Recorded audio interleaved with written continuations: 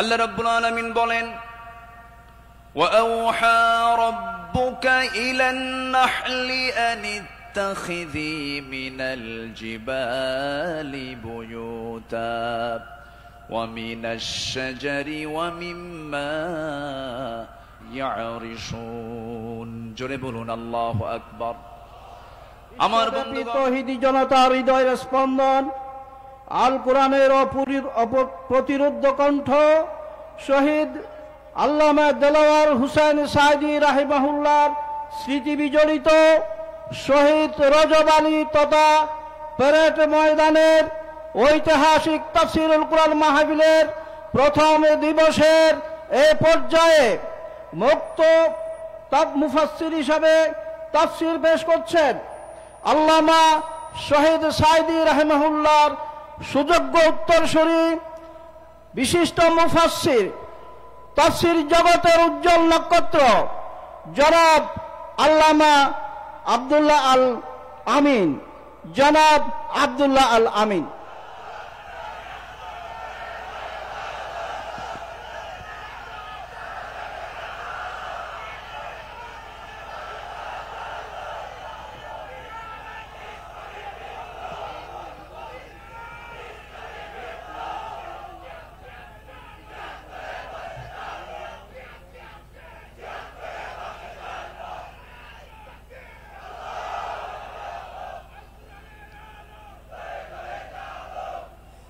السلام عليكم ورحمة الله وبركاته.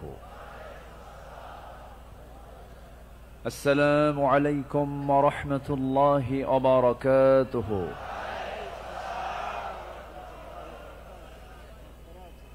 إن الحمد لله الأكرم الذي خلق الإنسان وكرم وعلمه من البيان ما لم يعلم، فسبحان الذي لا يحصى امتنانه باللسان ولا بالقلم. نشهد أن لا إله إلا الله وحده لا شريك له، ونشهد أن سيدنا وحبيبنا ومولانا محمدا عبده ورسوله الذي أرسله بالحق بشيرا ونذيرا وداعيا إلى الله بإذنه وسراجا وقمرا منيرا. فقد قال الله تعالى في كلامه المجيد وفرقانه الحميد: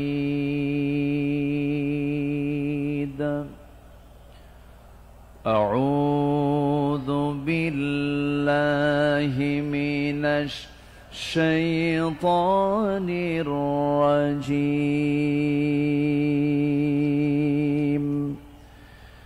بسم الله الرحمن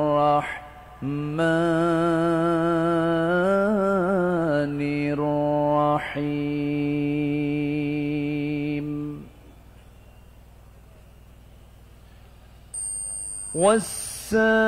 والسابقون الأولون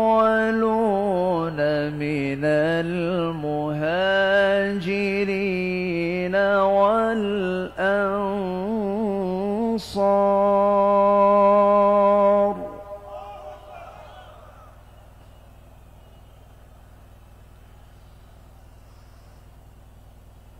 من المهاجرين والأنصار والذين اتبعوهم بإحسان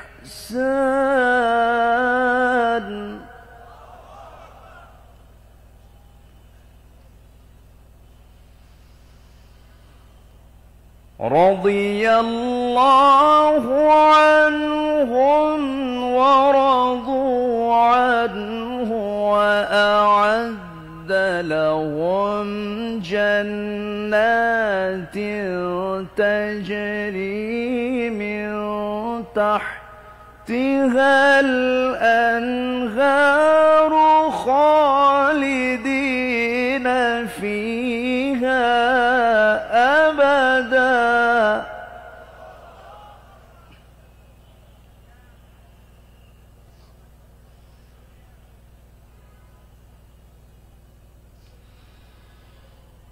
وأعد لهم جنات تجري من تحتها الأنهار خالدين فيها أبدا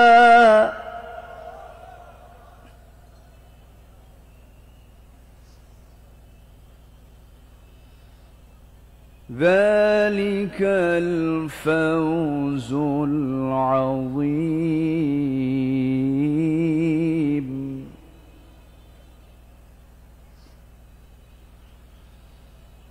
الله أكبر بسم الله الرحمن الرحيم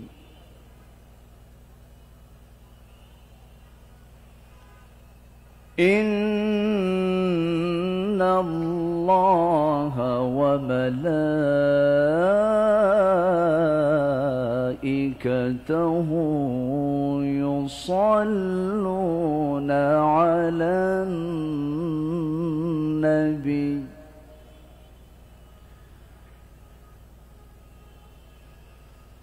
يا أيها الذين آمنوا صلوا عليه وسلموا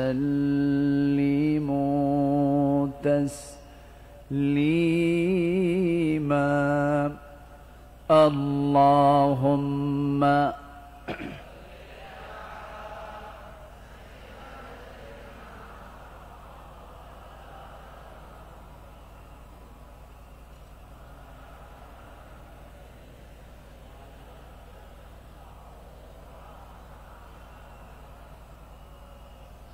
একটু মোহাম্মত দিয়ে নবীর প্রেমে মাতোয়ারা হয়ে জবান খুলে আওয়াজ দিয়ে সবাই বলুন আল্লাহুম্মা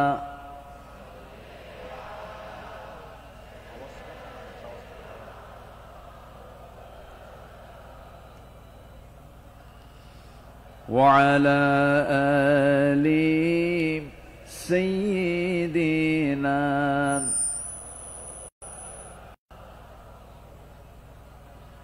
সবাই বলুন বালাগাল উলা বিকামালিহি কাশাফাত তুজা বিজামালিহি حسنت جميع خصاله سلوا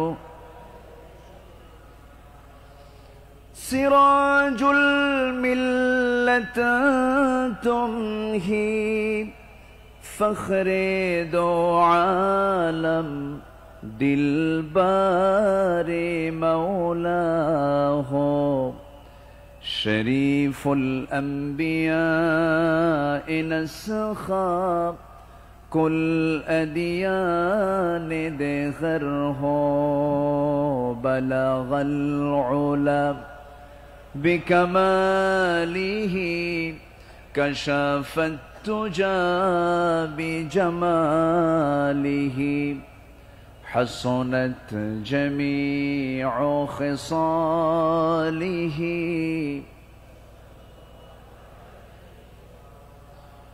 سورة يوسف بداري حكمة لقمان ما قارئ قرآن باري ये है दिले सादिमान मा बलगल उला बिकमालिही कशाफत तुजा बिजमालिही।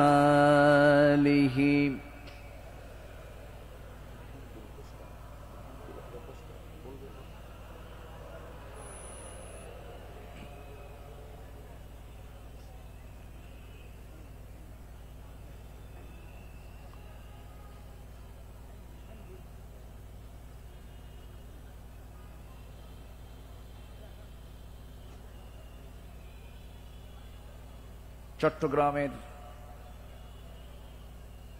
ইসলামী সমাজ কল্যাণ পরিষদ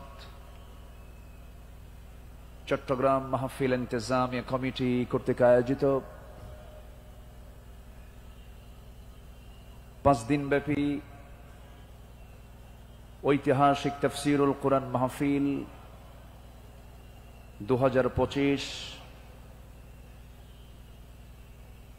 ঐতিহাসিক প্যারেড ময়দানে অনুষ্ঠিত। আজকের এই মহৎ আয়োজনের মহতী মাহফিলের সম্মানিত সুযোগ্য সভাপতি ইসলামী সমাজ কল্যাণ পরিষদ চট্টগ্রামের সম্মানিত সাহেবে সদর শিক্ষাবিদ অধ্যক্ষ মোহাম্মদ তাহের সাহেব, আজকের মাহফিলের বরেণ্য অতিথিবৃন্দ, বিশেষ করে আমার ডান পাশে উপবিষ্ট আছেন দক্ষিণ এশিয়ার বৃহত্তম ইসলামী সংগঠন বাংলাদেশ জামাত ইসলামীর চট্টগ্রাম মহানগরীর সম্মানিত আমির, মজলুম জননেতা, শিক্ষাবিদ, গবেষক জনাব শাহজাহান চৌধুরী হাফিজাহুল্লাহ। আজকের মাহফিল উপস্থিত হাজারাত উলামায়ে কেরাম, ফদলা ইজম, সুশীল সমাজ, জাতির শ্রেষ্ঠ সন্তান শিক্ষক মণ্ডলী, জাতির বিবেক সাংবাদিক বৃন্দ, প্রশাসনের দায়িত্ব নিয়োজিত কর্মকর্তা বৃন্দ, আজকের মাহফিলের প্রধান আকর্ষণ দূরে ও কাছের বিভিন্ন স্থান থেকে, পার্শ্ববর্তী জেলা থেকে আগত তাওহীদের পতাকাবাহী, কালেমার ঝান্ডাবাহী, দ্বীন ইসলামের নরসারদুল বীর মুজাহিদ, প্রাণ প্রিয় সম্মানিত দ্বীনী ভাইরা, আড়ালে বসে আছেন শ্রদ্ধেয়া সম্মানিতা মা বোনেরা। আলোচনার সূচনায় আনুষ্ঠানিকতার মধ্য দিয়ে আমার পক্ষ থেকে আবারও দিল খোলা সালাম, আসসালামু আলাইকুম ওয়া রাহমাতুল্লাহি তাআলা ওয়া বারাকাতুহু।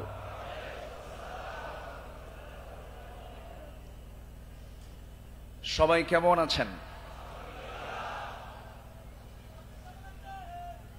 ওনারা বেগুন কেন আছেন?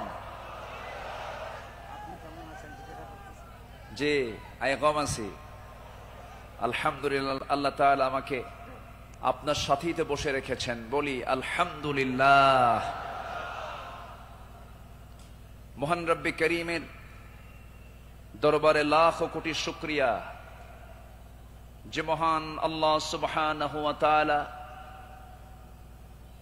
দীর্ঘ 18 বছর পরে, 1.5 যুগ পরে এই মাঠে কোরআন শোনার এমন একটি অনুকূল পরিবেশ যে মহান রব্বে করিম করে দিলেন, সেই মহান জাল্লা শানুহুর দরবারে আমরা সবাই লাখ কোটি শুকরিয়া আদায় করছি। মুহাব্বাতান জোরালো কণ্ঠে বলে উঠছি আলহামদুলিল্লাহ। চিৎকার মেরে বলছি আল্লাহুম্মা ইন্নী আসআলুকা আল হুদা ওয়াত তুকা ওয়াল আফাফা ওয়াল গিনা। সবাই বলি আল্লাহুম্মা আইন্নি আলা যিকরিকা ওয়া শুকরিকা ওয়া হুসনি ইবাদাতিকা। আমরা আল্লাহ তাআলার শুকর আদায় করে নিলাম। সম্মানিত হাজিরিন, এই মাহফিলের যিনি আলোচনা শুরু করেছেন, এই মাহফিল যাকে দিয়ে আলোচনা শুরু হয়েছে, শহীদ আল্লামা দেলওয়ার হুসাইন সাইদি রাহিমাহুল্লাহ, তিনি সর্বশেষ এই ময়দানে কথা বলেছেন 2006 সালে। এরপর পৃথিবীতে বেঁচে থাকার পরেও তিনি এই মাহফিল আসতে পারেন নাই। তিনি আসতে চেয়েছেন কিন্তু আসতে দেওয়া হয় নাই। তিনি আজকে আমাদের মাঝ থেকে বিদায় নিয়েছেন। তিনি আলমে বারজাখে আছেন। শুরুতেই আমরা তার রূহের মাগফিরাত কামনা করছি। আল্লাহ, তুমি তার কবরটাকে জান্নাতের টুকরা বানায়া দাও। সম্মানিত ভাইয়েরা, আজকে যদি তিনি বেঁচে থাকতেন, এই চেয়ারে বসার যোগ্যতা তো আমাদের নাই। আমি তো জানি আমার এলেম কালাম কদ্দুর। আমি আব্দুল্লাহ আমিন, লা ইলমা লানা ইল্লা মা আল্লামতানা। আজকে এই চেয়ারে তাকি মানায়। তিনি দুনিয়া থেকে বিদায় নিয়েছেন। তার বড় শখ দুটো ছিল, একটা হলো আল্লাহর ঘর জিয়ারা করা, তিনি প্রায় প্রায় বলতেন, আর আরেকটা হলো তিনি যেন বের হয়ে কোরআনের এই ময়দানে যেন তিনি কথা বলতে পারেন। কিন্তু বাতিল শক্তিরা তাকে সেই তার চাওয়াটা পূরণ করতে দেয়নি। 2023 সালের 13ই আগস্ট চিকিৎসার নাম করে সুস্থ একজন মানুষকে জেলখানা থেকে বের করে হসপিটালে জোর করে ভর্তি করিয়ে ইনজেকশন পুশের মধ্য দিয়ে পয়জনিং করে বিষ প্রয়োগ করে দিল্লির প্রেসক্রিপশনে তাকে হত্যা করা হয়েছে। তাফসীর মাহফিলের এই প্ল্যাটফর্ম থেকে সুস্পষ্ট ভাষায় জানান দিতে চাই, আল্লামা সাইদির মতো এই কিংবদন্তির হত্যার সঙ্গে জড়িত চূড়ান্ত শাস্তি নিশ্চিত করা হোক। এই মতের পক্ষে রাজি আছেন কারা কারা? হাত উঁচু করে দেখান মুসলমান।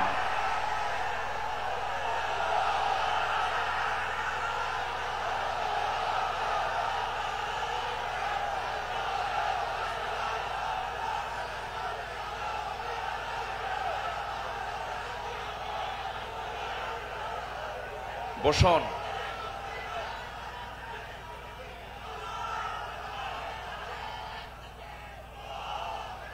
বসুন। সম্মানিত ভাইয়েরা, আজকের এই তাফসীর মাহফিলে তার নাম, জি বসুন বসুন বসুন বসুন। আজকের এই তাফসীর মাহফিলে তার যদি নামটা না নেওয়া হয় শুরুতে, বড় কৃপণতা হয়ে যাবে। সম্মানিত বন্ধুগণ,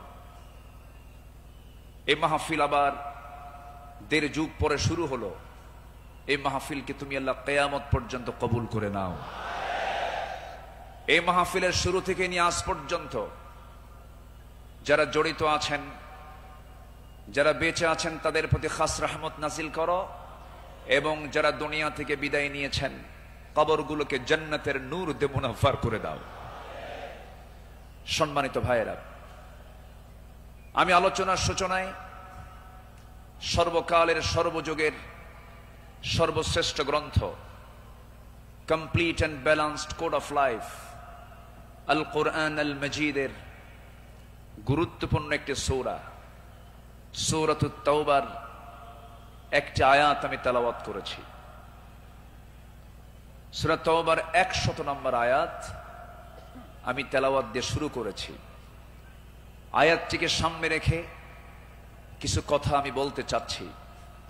আল্লাহ যেন আমার মুখ থেকে সেই কথাগুলি বের করে দেন যে কথাগুলো মুসলিম উম্মার জন্য এই মুহূর্তে দারুণ প্রয়োজন। সম্মানিত হাজিরিন, এই পৃথিবীতে শ্রেষ্ঠ মানুষ হচ্ছেন আম্বিয়ে কেরাম, এবং পৃথিবীর প্রথম মানুষও একজন নবী ছিলেন, সাইয়্যিদানা আদম আলাইহিস সালাতু ওয়াস সালাম। এবং এটার সিলসিলা শেষ হয়েছে খাতামুন নবিয়্যিন, সরওয়ারে কায়নাত, রাহমাতুল লিল আলামিন, রাহমাতে আলম, নবী মুকাররম জনাবে মুহাম্মদ রাসূলুল্লাহ সাল্লাল্লাহু আলাইহি ওয়াসাল্লাম। তার সময় এসে নবুয়তের এই সিলসিলা শেষ হয়েছে। এরপরে যাদের সম্মান মর্যাদা আল্লাহ পাক সবচাইতে বেশি দিয়েছেন তারা হচ্ছেন সাহাবায়ে কেরাম। আল্লাহ তাআলা তাদের সম্মান, তাদের মর্যাদা অনেক বেশি দিয়েছেন, এবং আল্লাহ নিজে তাদের শানে বলেছেন রাদিয়াল্লাহু আনহুম, আল্লাহ তাদের উপরে সন্তুষ্ট হয়েছেন।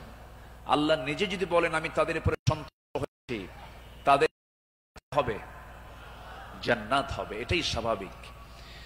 সেই সাহাবে কেরামদের জীবন থেকে কিছু কথা, আমার নবীর আদর্শে গড়া সাহাবীদের বিপ্লবী জীবন, মুমিনের অনুসরণীয় পথ, এই বিষয়ে আমি আজকে কিছু কথা বলতে চাচ্ছি। ওয়ামা তাওফীকি ইল্লা বিল্লাহ আলাইহি তাওয়াক্কালতু ওয়া ইলাইহি উনীব। আসুন সোজা আমরা আলোচনার দিকে চলে যাই। যেহেতু এক রাত আমি পেয়েছি, আল্লামা সাঈদ রাহিমাহুল্লাহ এমন একজন ব্যক্তি ছিলেন, একটানা একজন আলোচক 5 দিন একই প্ল্যাটফর্মে কথা বলেছেন। এমন রেকর্ড বাংলার জমিন আজ পর্যন্ত কেউ দেখাতে পারেন নাই। বলি আলহামদুলিল্লাহ, জোরে বলি আলহামদুলিল্লাহ। সম্মানিত হাজিরিন, আমরা যে কিতাব নিয়ে বসেছি, এই কিতাব আসমানি কিতাব। পৃথিবীর সকল কিতাব হলো দুনিয়ার, আর এই কিতাব হলো আসমানি, স্বতন্ত্র একটি কিতাব।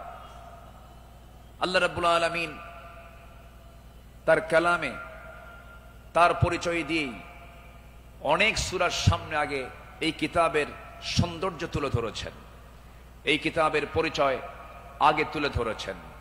যেমন কোরআন খোলার সঙ্গে সঙ্গেই আমরা পেয়ে যাই আমার রবের পরিচয় আলহামদুলিল্লাহি রাব্বিল আলামিন। এরপরে আমরা যখন সেকেন্ড সূরাতে আসি তখন পেয়ে যাই এই কিতাবের পরিচয় যালিকাল কিতাব লা রাইবা ফীহি। আবার আলে ইমরানে আসেন, এরকম পরিচয় পাওয়া যায়। সূরা ইয়াসিন, সূরা রহমান, সূরা ইউসুফ, অনেক সূরার শুরুতে আল্লাহ রাব্বুল আলামিন আগে এই কিতাবের সৌন্দর্য তুলে ধরেছেন। আল্লাহ রাব্বুল আলামিন বলেন আর রহমান আল্লামাল কুরআন খালাকাল ইনসানা আল্লামাহুল বায়ান الشمس والقمر بحسبان والنجم والشجر يسجدان জোরে বলুন আল্লাহু আকবার। তিনি রহমান, যিনি বান্দাকে কোরআন শিক্ষা দিয়েছেন। আবার ইয়াসিনে চলে যান, ইয়াসিন ওয়াল কুরআনিল হাকীম ইন্নাকা লামিনাল মুরসালিন আলা সিরাতিম মুস্তাকিম। আল্লাহ রাব্বুল আলামিন এই কিতাবের পরিচয় অনেক সূরার শুরুতেই দিয়েছেন। আগে কিতাব সম্পর্কে বান্দা বুঝে নাও, সচরাচর অন্য কিতাবের মতো এই কিতাব এমনটা নয়। আল্লাহ রাব্বুল আলামিন এই বান্দার জন্য কিতাবটাকে কি করে দিয়েছেন? আল্লাহ রাব্বুল আলামিন বলেন তিবিয়ানাল লিকুল্লি শাই, তোমার জীবনের জন্য যা কিছু প্রয়োজন সব আয়োজন আমি এর মধ্যে করে দিয়েছি, কোথাও যাওয়ার দরকার নাই। فأين تذهبون إن هو إلا ذكر للعالمين لمن شاء منكم أن يستقيم وما تشاءون إلا أن يشاء الله رب العالمين জোরে বলুন আল্লাহু আকবার। তুমি কোথায় যাও, কোন পথে দৌড়াচ্ছ, দুনিয়ার কোন তন্ত্র মন্ত্রের দিকে দৌড়াও, দুনিয়ার কোন আইনের দিকে দৌড়াও? এই পৃথিবীতে 70 থেকে 80টি মানব রচিত মতবাদ আছে। সমস্ত মতবাদকে তোমার ধিক্কার মারতে হবে, পচা বস্তাগুলোকে ফেলে দিয়া আল্লাহর আহ্বান হলো ইন হুয়া ইল্লা যিকির, এই জিকিরের দিকে চলে আসো। কোরআন তোমাকে সুপারিশ করে জান্নাতের দরজায় পৌঁছায়া দেবে। কোরআনের দল ছাড়াও এই দেশে আরো দল আছে না নাই? আসতে বলবেন না, আছে না নাই? ইসলামী দল ছাড়া আরো দল এই দেশে আছে না নাই? কিন্তু আল্লাহর কাছে মনোনীত দল একটাই, ইন্নাদ-দীনা ইনদাল্লাহিল ইসলাম। ইসলাম ছাড়া অন্য কিছু যে গ্রহণ করবে, সোজা কথা আল্লাহ পাক বলে দিচ্ছেন, ওয়ামান ইয়াবতাগি গায়রাল ইসলামি দীনান ফালান ইউকবালা মিনহু। যে ব্যক্তি জীবন বিধান হিসাবে, দল হিসাবে ইসলামকে বাদ দিয়ে অন্য কোন দিনকে গ্রহণ করবে, তার কোনো কিছুই গ্রহণ করবেন না। তিনি কে? এই কথা কে বলেছেন? অতএব দল করতেই হবে, সেই দল হতে হবে কার দল? আসতে বলবেন না, কার দল? আল্লাহ রাব্বুল আলামিন বলেন, ইন্নামা ওয়ালিয়্যুকুমুল্লাহু ওয়া রাসূলুহু ওয়াল্লাযীনা আমানুল্লাযীনা ইউকিমুনাস সালাতা ওয়া ইউতুনাজ যাকাতা ওয়া হুম রাকিউন ومن يتولى الله ورسوله والذين آمنوا فإن حزب الله هم الغالبون। যারা আল্লাহর দল করবে তারাই বিজয়ী হবে। ঘোষণাকার, ঘোষণাকার আল্লাহ। ছাড় দেন কিন্তু ছেড়ে দেন না, ঠিক কিনা? ছাড় দেন কিন্তু ছেড়ে দেন না। দেখেন না, যাওয়ার রাস্তা পাইল না, শেষে ভাঙ্গা হেলিকপ্টারে বিদায় নিল, ঠিক কিনা? যুগে যুগে যারাই আসমানি কিতাব নিয়ে ষড়যন্ত্র করেছে, যুগে যুগে যারাই জগতের শ্রেষ্ঠ সন্তান আলেমদেরকে নিয়ে ষড়যন্ত্র করেছে, তাদের অবস্থায় ফেরাউনদের মতো হয়েছে, হামানদের মতো হয়েছে, নমরুদদের মতো হয়েছে। সম্মানিত ভাইয়েরা, এই কোরআনকে আমরা মানব শুধু নামাজে না সমাজেও? এই কোরআনকে মানতে হবে এক জায়গায় না সব জায়গায়? সব জায়গায় মানব। জোরে বলি ইনশাআল্লাহ। এর মধ্যে কোনো তথ্য বাদ পড়েনি, সব তথ্য আল্লাহ পাকের মধ্যে দিয়েছেন। মিন শাইইন ওয়ালা আসগরা মিন যালিকা ওয়ালা আকবারা ইল্লা ফি কিতাবিম মুবিন। এমন কোন ছোট বিষয় নাই যা বাদ পড়েছে, আবার এমন কোন বড় বিষয় নাই যা বাদ পড়েছে। সব বলে দিয়েছেন তিনি আমার কে? আল্লাহ পাক। আল্লাহ তাআলা একটা সূরা নাযিল করেছেন, সূরাতুন নাহল, মৌমাছি। শতকের উপর শতক, হাজারো গবেষণার পরে সর্বপ্রথম 1973 সালে অস্ট্রিয়ান একজন বিজ্ঞানী কার্ল ভন ফ্রিশ মৌমাছির জীবন চক্র নিয়ে গবেষণা করে তিনি নোবেল পুরস্কার পান। তিনি এই বিষয়ে একটা বইও লিখেছেন যার নাম হলো দ্য ড্যান্সিং বিজ। তিনি সর্বপ্রথম ফটোগ্রাফির মাধ্যমে প্রমাণ করে দেখিয়েছেন মূলত ফিমেল ওয়ার্কার বি, মধু সংগ্রহ এবং মৌচাক নির্মাণের মূল কর্মী তারা। অথচ মহান রব্বুল আলামিন আজ থেকে ১৫০০ বছর আগে এই নারী কর্মী মৌমাছির কথা জানিয়ে দিয়েছেন কোরআনে ১৫০০ বছর আগে। জোরে বলি সুবহানাল্লাহ।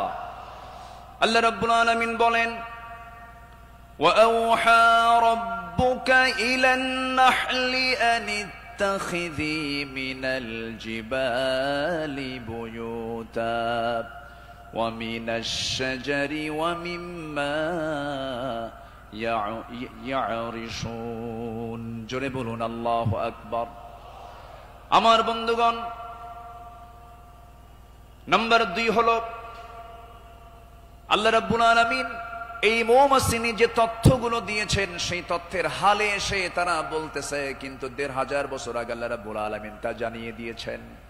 আল্লাহ রানী মৌমাছি কি স্ত্রী মৌমাছিকে ওহী দিয়ে জানাচ্ছেন, তুমি পাহাড়ে গাছে এবং তারা যে গৃহ নির্মাণ করে তাতে নিবাস তোমরা বানায় নাও। জোরে বলি সুবহানাল্লাহ।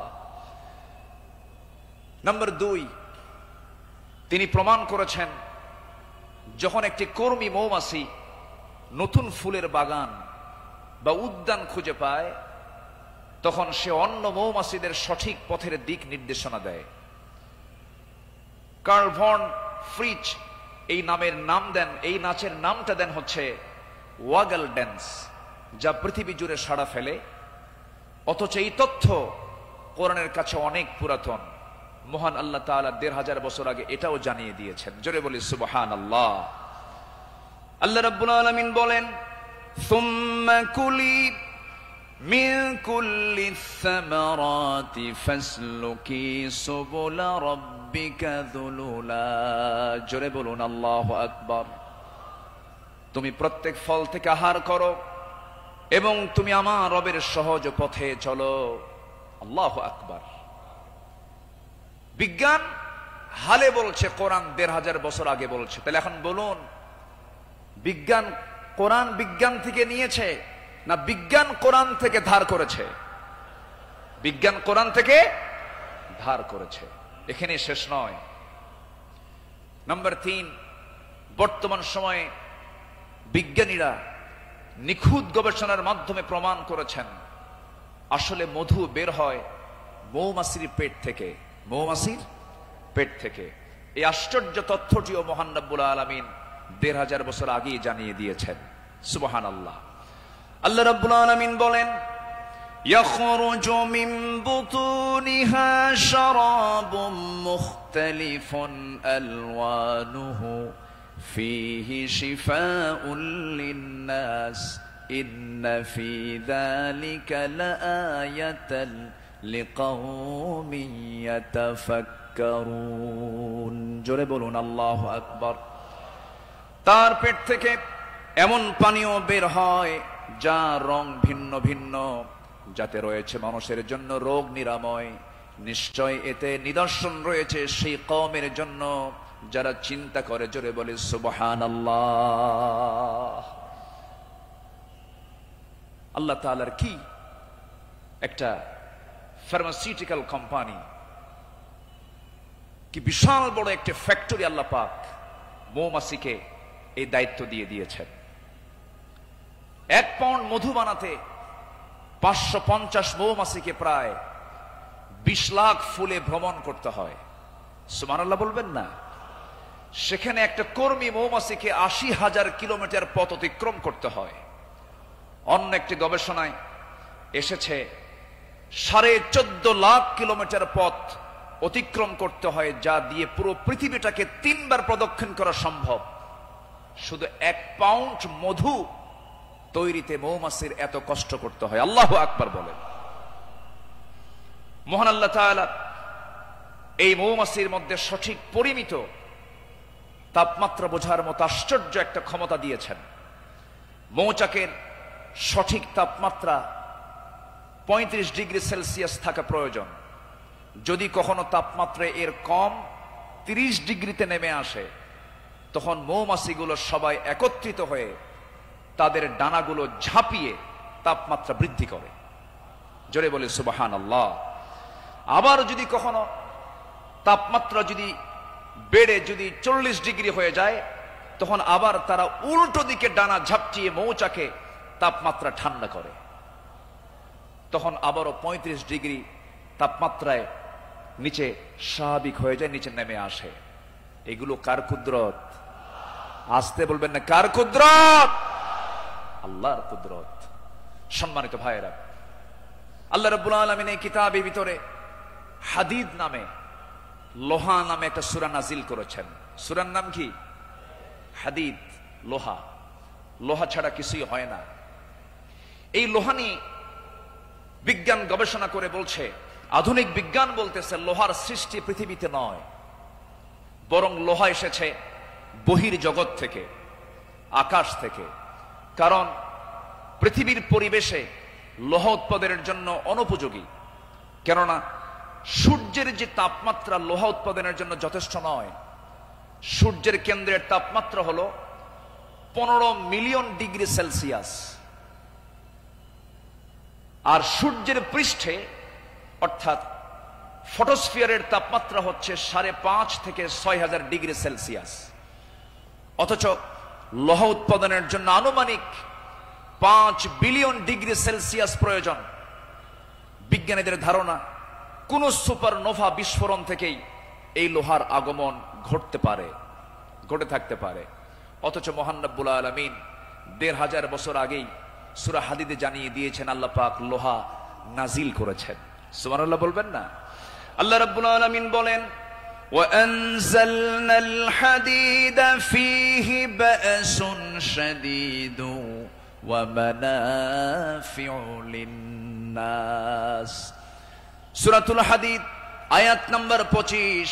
মহান রব্বুল আলামিন বলেন, আমি লোহা নাজিল করেছি যাতে রয়েছে প্রচন্ড শক্তি, মানুষের জন্য বহুবিধ উপকার। জোরে বলি সুবহানাল্লাহ।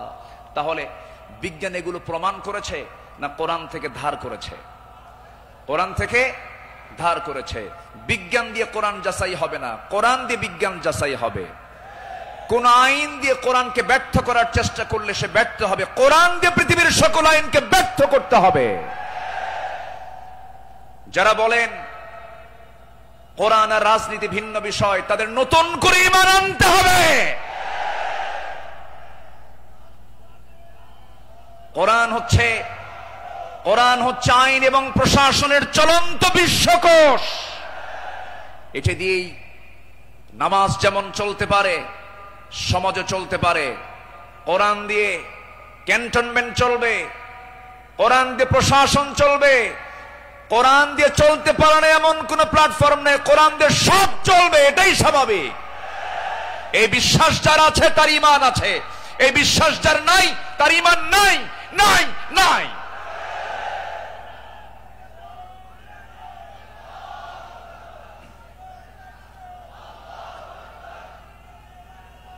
সম্মানিত ভাইয়েরা, সম্মানিত বন্ধুগণ, তাহলে সব সমস্যার সমাধান কি কোরআন করতে পারে?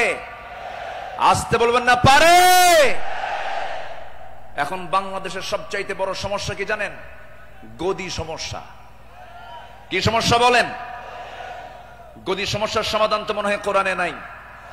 একটা আয়াত আছে, আয়াতুল কুরসি। আয়াতুল কুরসি। কুরসিউন মানে কি? গদি। কুরসিউন মানে কি? গদি। গদিটা মূলত কার? আসতে বলবেন না, গদিটা মূলত কার? আল্লাহ। ক্ষমতা কারোই না, ক্ষমতা একমাত্র কার? আল্লাহ। কোরআন সম্পর্কে সংক্ষিপ্ত একটা ধারণা আল্লাহর সিস্টেম মতোই, আল্লাহ এই পদ্ধতিতেই তিনি আলোচনা করেছেন। কোরআনে তার কথাগুলো এইভাবে আসছে। আসুন আমরা এখন মূল ওই আয়াতটার দিকে আমরা চলে যাচ্ছি। সম্মানিত বন্ধুগণ, আমার নবীর আদর্শে গড়া সাহাবীদের বিপ্লবী জীবন, মুমিনের অনুসরণীয় পথ। আমাদের পথ তো সেই পথ যে পথে আমার রাসূল চলেছেন, যে পথে সাহাবীরা চলেছেন। এই পথ ছাড়া আমাদের দ্বিতীয় কোনো পথ আছে? আসতে বলবেন না, আছে। সেই সাহাবীদের সম্মানটা কত!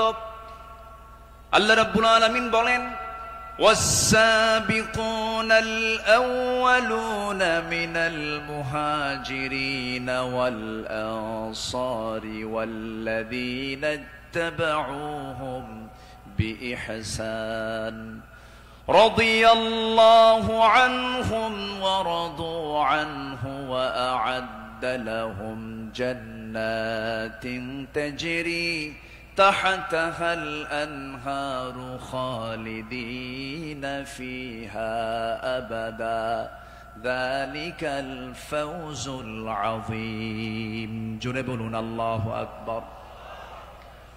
মুহাজির এবং আনসারদের মধ্যে যারা ঈমানে প্রথমে যারা অগ্রগামী হয়েছে এবং যারা নিষ্ঠার সাথে তাদের অনুসরণ করেছে, আল্লাহ তাদের সকলের প্রতি সন্তুষ্ট হয়েছেন, তারাও তার প্রতি সন্তুষ্ট হয়েছেন। আল্লাহ তাদের জন্য এমন জান্নাত রেখে দিয়েছেন যার নিজ দিয়ে নহর প্রবাহিত। আল্লাহ তাআলা সেই জায়গায় তাদেরকে চিরকাল রাখবেন, আর এটার চাইতে মহা সাফল্যের অন্য কিছু হতে পারে না। জোরে বলি সুবহানাল্লাহ। আমার ভাইরা, যাদের প্রতি আল্লাহ রাজি হন তারাই তো আমাদের অনুসরণীয় হওয়ার কথা। যারা আল্লাহর রহমত প্রাপ্ত বান্দা, যাদের দুনিয়াতে জান্নাতের সংবাদ দিয়েছেন, এমন 10 জন সাহাবী ছিলেন যাদেরকে আল্লাহ রাব্বুল আলামিন দুনিয়াতে জান্নাতের সংবাদ তাদের কানে শুনিয়ে দিয়েছেন। জোরে বলি সুবহানাল্লাহ।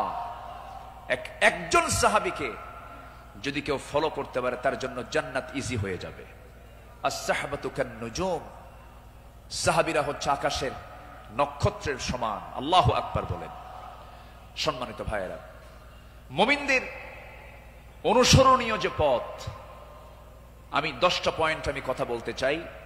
নাম্বার 1, আল্লাহ এবং রাসূলের প্রতি বিনম্র চিত্তে অটুট আনুগত্য।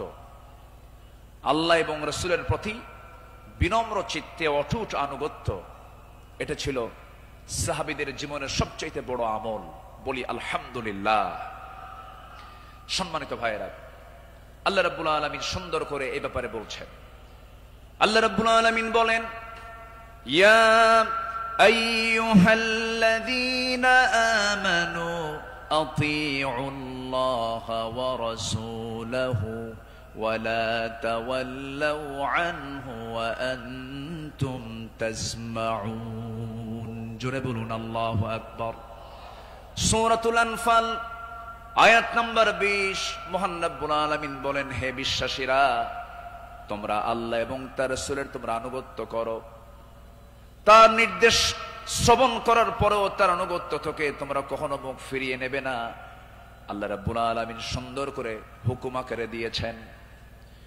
আমার বন্ধুগণ, আনুগত্য ছাড়া, ইত্তেবা ছাড়া বান্দা কখনো জান্নাত পেতে পারে না। মহান রব্বুল আলামিন আরেক জায়গায় সুন্দর করে কমন একটা আয়াত বলে দিয়েছেন, ইন কুনতুম তুহিব্বুনাল্লাহা ফাত্তাবিউনি ইউহিব্বুকুমুল্লাহু ওয়া ইয়াগফির লাকুম যুনুবাকুম ওয়াল্লাহু গফুরুর রহিম। জোরে বলুন আল্লাহু আকবার। কি মুহাম্মদ সে ওয়াফা तूने तो हम तेरे है, ये है जहां चीज है क्या लौह कलम तेरे है। মুহাম্মদকে যদি ভালোবাসো, ভালোবাসা পাবে আমার। লৌহ কলম লুভিবে তোমরা, মাটির পৃথিবী সেকোন ছাড় সব পেয়ে যাবে, কিন্তু নিজের জীবনের চাইতে রাসূলকে বেশি ভালোবাসতে হবে এবং তার ইত্তেবা করতে হবে। সাহাবীরা তা দেখিয়ে দিয়েছেন তাদের প্র্যাকটিক্যাল লাইফে। ইতিহাস তো একই, সবার কম বেশি জানা আছে। একজন সাহাবী ছিলেন যিনি রাসূলকে কি পরিমাণ ভালোবেসেছেন। আমার নবীজি বদর যুদ্ধের ডাক দিয়েছেন। বদর যুদ্ধের দিন আমার নবীজি রোজা ভাঙ্গার নির্দেশ দিয়ে বললেন, সাহাবীরা কে আছো, আমার ডাকে সাড়া দিয়ে বদর প্রান্তরে পৌঁছবে। তোমরা কি জানো আজকের এই দিন হচ্ছে সেই দিন যেদিন সন্তান পিতার বিরুদ্ধে যুদ্ধে নামবে। আজকের দিন তো সেই দিন যেদিন পিতা তার সন্তানের বিরুদ্ধে যুদ্ধে নামবে। আজকে গোত্র গোত্রের যুদ্ধ, আত্মীয় আত্মীয়র যুদ্ধ, জামাই শ্বশুরের সামনে মুখোমুখি হয়ে যাবে। তোমরা কি পারবে আজকের এই যুদ্ধের ময়দানে আমার আনুগত্যের মধ্য দিয়ে বাতিলদের মোকাবেলা করতে। সাহাবীরা সামনে দাঁড়িয়ে বললেন, ইয়া রাসূলুল্লাহি, আমরা রোজাও রাখবো, বাতিলদের বিরুদ্ধে মোকাবেলার সামনে দাঁড়িয়ে যাব। আমার রাসূল বললেন, আজকের দিনে রোজা রাখার প্রয়োজন নেই, ফাইদ্দাতুম মিন আইয়ামিন উখার, চলো আমরা জিহাদের প্রস্তুতি নিয়ে ফেলি। আমার নবীজি যুদ্ধের ময়দানে হাজির হয়ে গেলেন। আমার নবীজি যুদ্ধের ময়দানে যখন দাঁড়ালেন, 313 জন সাহাবী নিয়ে বদর নামক প্রান্তরে, রমজান মাস, আমার নবীজির সামনে যখন দাঁড়ালেন, যুদ্ধ শুরু হয়ে গেছে। ওই যুদ্ধের ময়দানে 313 জন সাহাবীর ভিতরে 2 জন সাহাবী ছিলেন, তাদের বয়স একদম কম ছিল, মুআজ এবং মুআজ। এই 2 জন ছোট্ট সাহাবী, 11 এবং 13 বছর বয়স। এই 2 জন সাহাবী নবীর কাছ থেকে পারমিশন নিয়ে নিলেন, যুদ্ধের ময়দানে গিয়া প্রথম কাতারে দাঁড়ায় গেছে। এক সাহাবীকে ডাক দিয়ে বলছে, ও আমার চাচা, আবু জেহেল কোথায়? আবু জেহেল দিয়ে কি করবা? সঙ্গী সঙ্গী ছোট্ট 2 জন দারাজ গলায় দারাজ কণ্ঠে বলে ফেলতেছে, আমরা শুনেছি আবু জেহেল নাকি রাসূলকে খুব কষ্ট দিত, খুব জুলুম করত। আজকে আমরা কারো বিরুদ্ধে যুদ্ধ করতে আসি নাই, আবু জেহেলকে আজকে দুনিয়া থেকে বিদায় করার জন্য আজকে আমরা যুদ্ধে হাজির হয়েছি। ছোট্ট বাচ্চা মানুষ, ছোট কিন্তু ইমান খুব বড়, মজবুত ইমান। এই ছোট্ট বাচ্চার কথা শুনে ওই সাহাবী আশ্চর্য হয়ে গেলেন। সাহাবী আশ্চর্য হয়ে বলতেছে, তোমরা কি তাকে সত্যি হত্যা করবে নাকি? হত্যা করব। ওই যে দেখা যায় ঘোড়ার পিঠে বসে আছে, 2 দিকে পা ছেড়ে দেওয়া।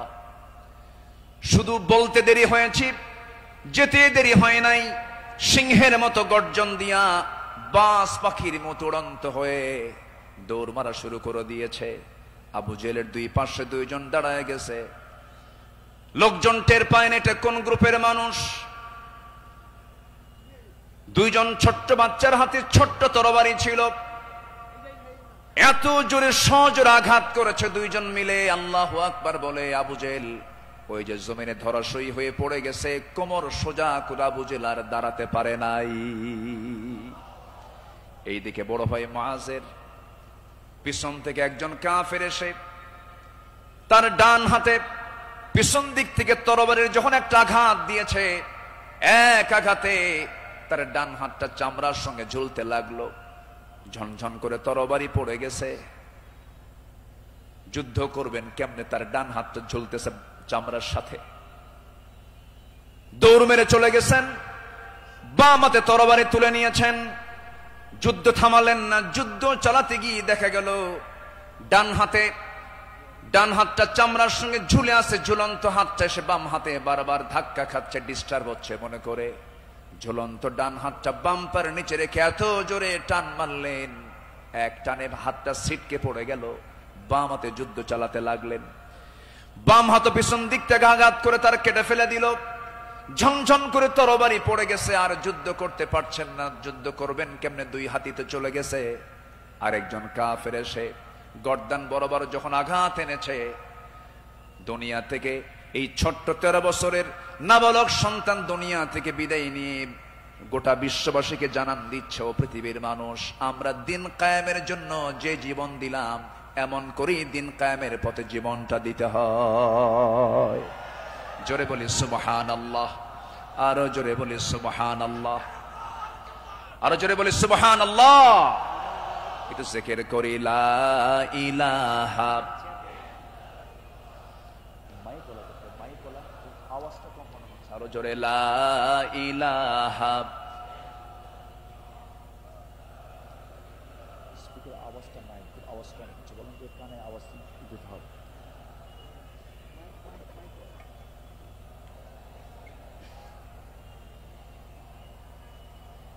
আওয়াজটা বাড়াও, আওয়াজটা দাও, আওয়াজ কমে গেছে। আরো জোরে লা ইলাহা, আরো জোরে লা ইলাহা, লা ইলাহা, লা ইলাহা ইল্লাল্লাহু মুহাম্মাদুর রাসূলুল্লাহ সাল্লাল্লাহু আলাইহি ওয়াসাল্লাম। আমার বন্ধুগণ, আমার নবীজি আল্লাহর পথে যত হাজারো বিপদ এসেছে, বিনম্র চিত্তে অটুট আনুগত্য আমার নবীজি আল্লাহর করেছেন। তার বড় একটা প্রমাণ হলো, একটু শুনুন, কান লাগায়া, কতগুলো শুনেছি, বারবার শোনার প্রয়োজন আছে। নবীজি তার জীবনের সবচাইতে বেশি মার খেয়েছেন দুই জায়গায়, একটা হলো তায়েফের ময়দান, আরেকটা হচ্ছে উহুদের ময়দান। তায়েফের ময়দানের আঘাতটা আমার নবীজির যে পরিমাণ লেগেছিল, মাথা থেকে পা পর্যন্ত ক্ষত বিক্ষত হয়ে পড়েছিল, এমন কোন জায়গা নাই যে জায়গায় নবীজির দাগ ছিল না। উহুদের ময়দানে তিনি দাঁত হারিয়েছেন। খন্দকের পরীক্ষা খনন করতে গিয়ে তিনি তার কোমর হারিয়েছেন।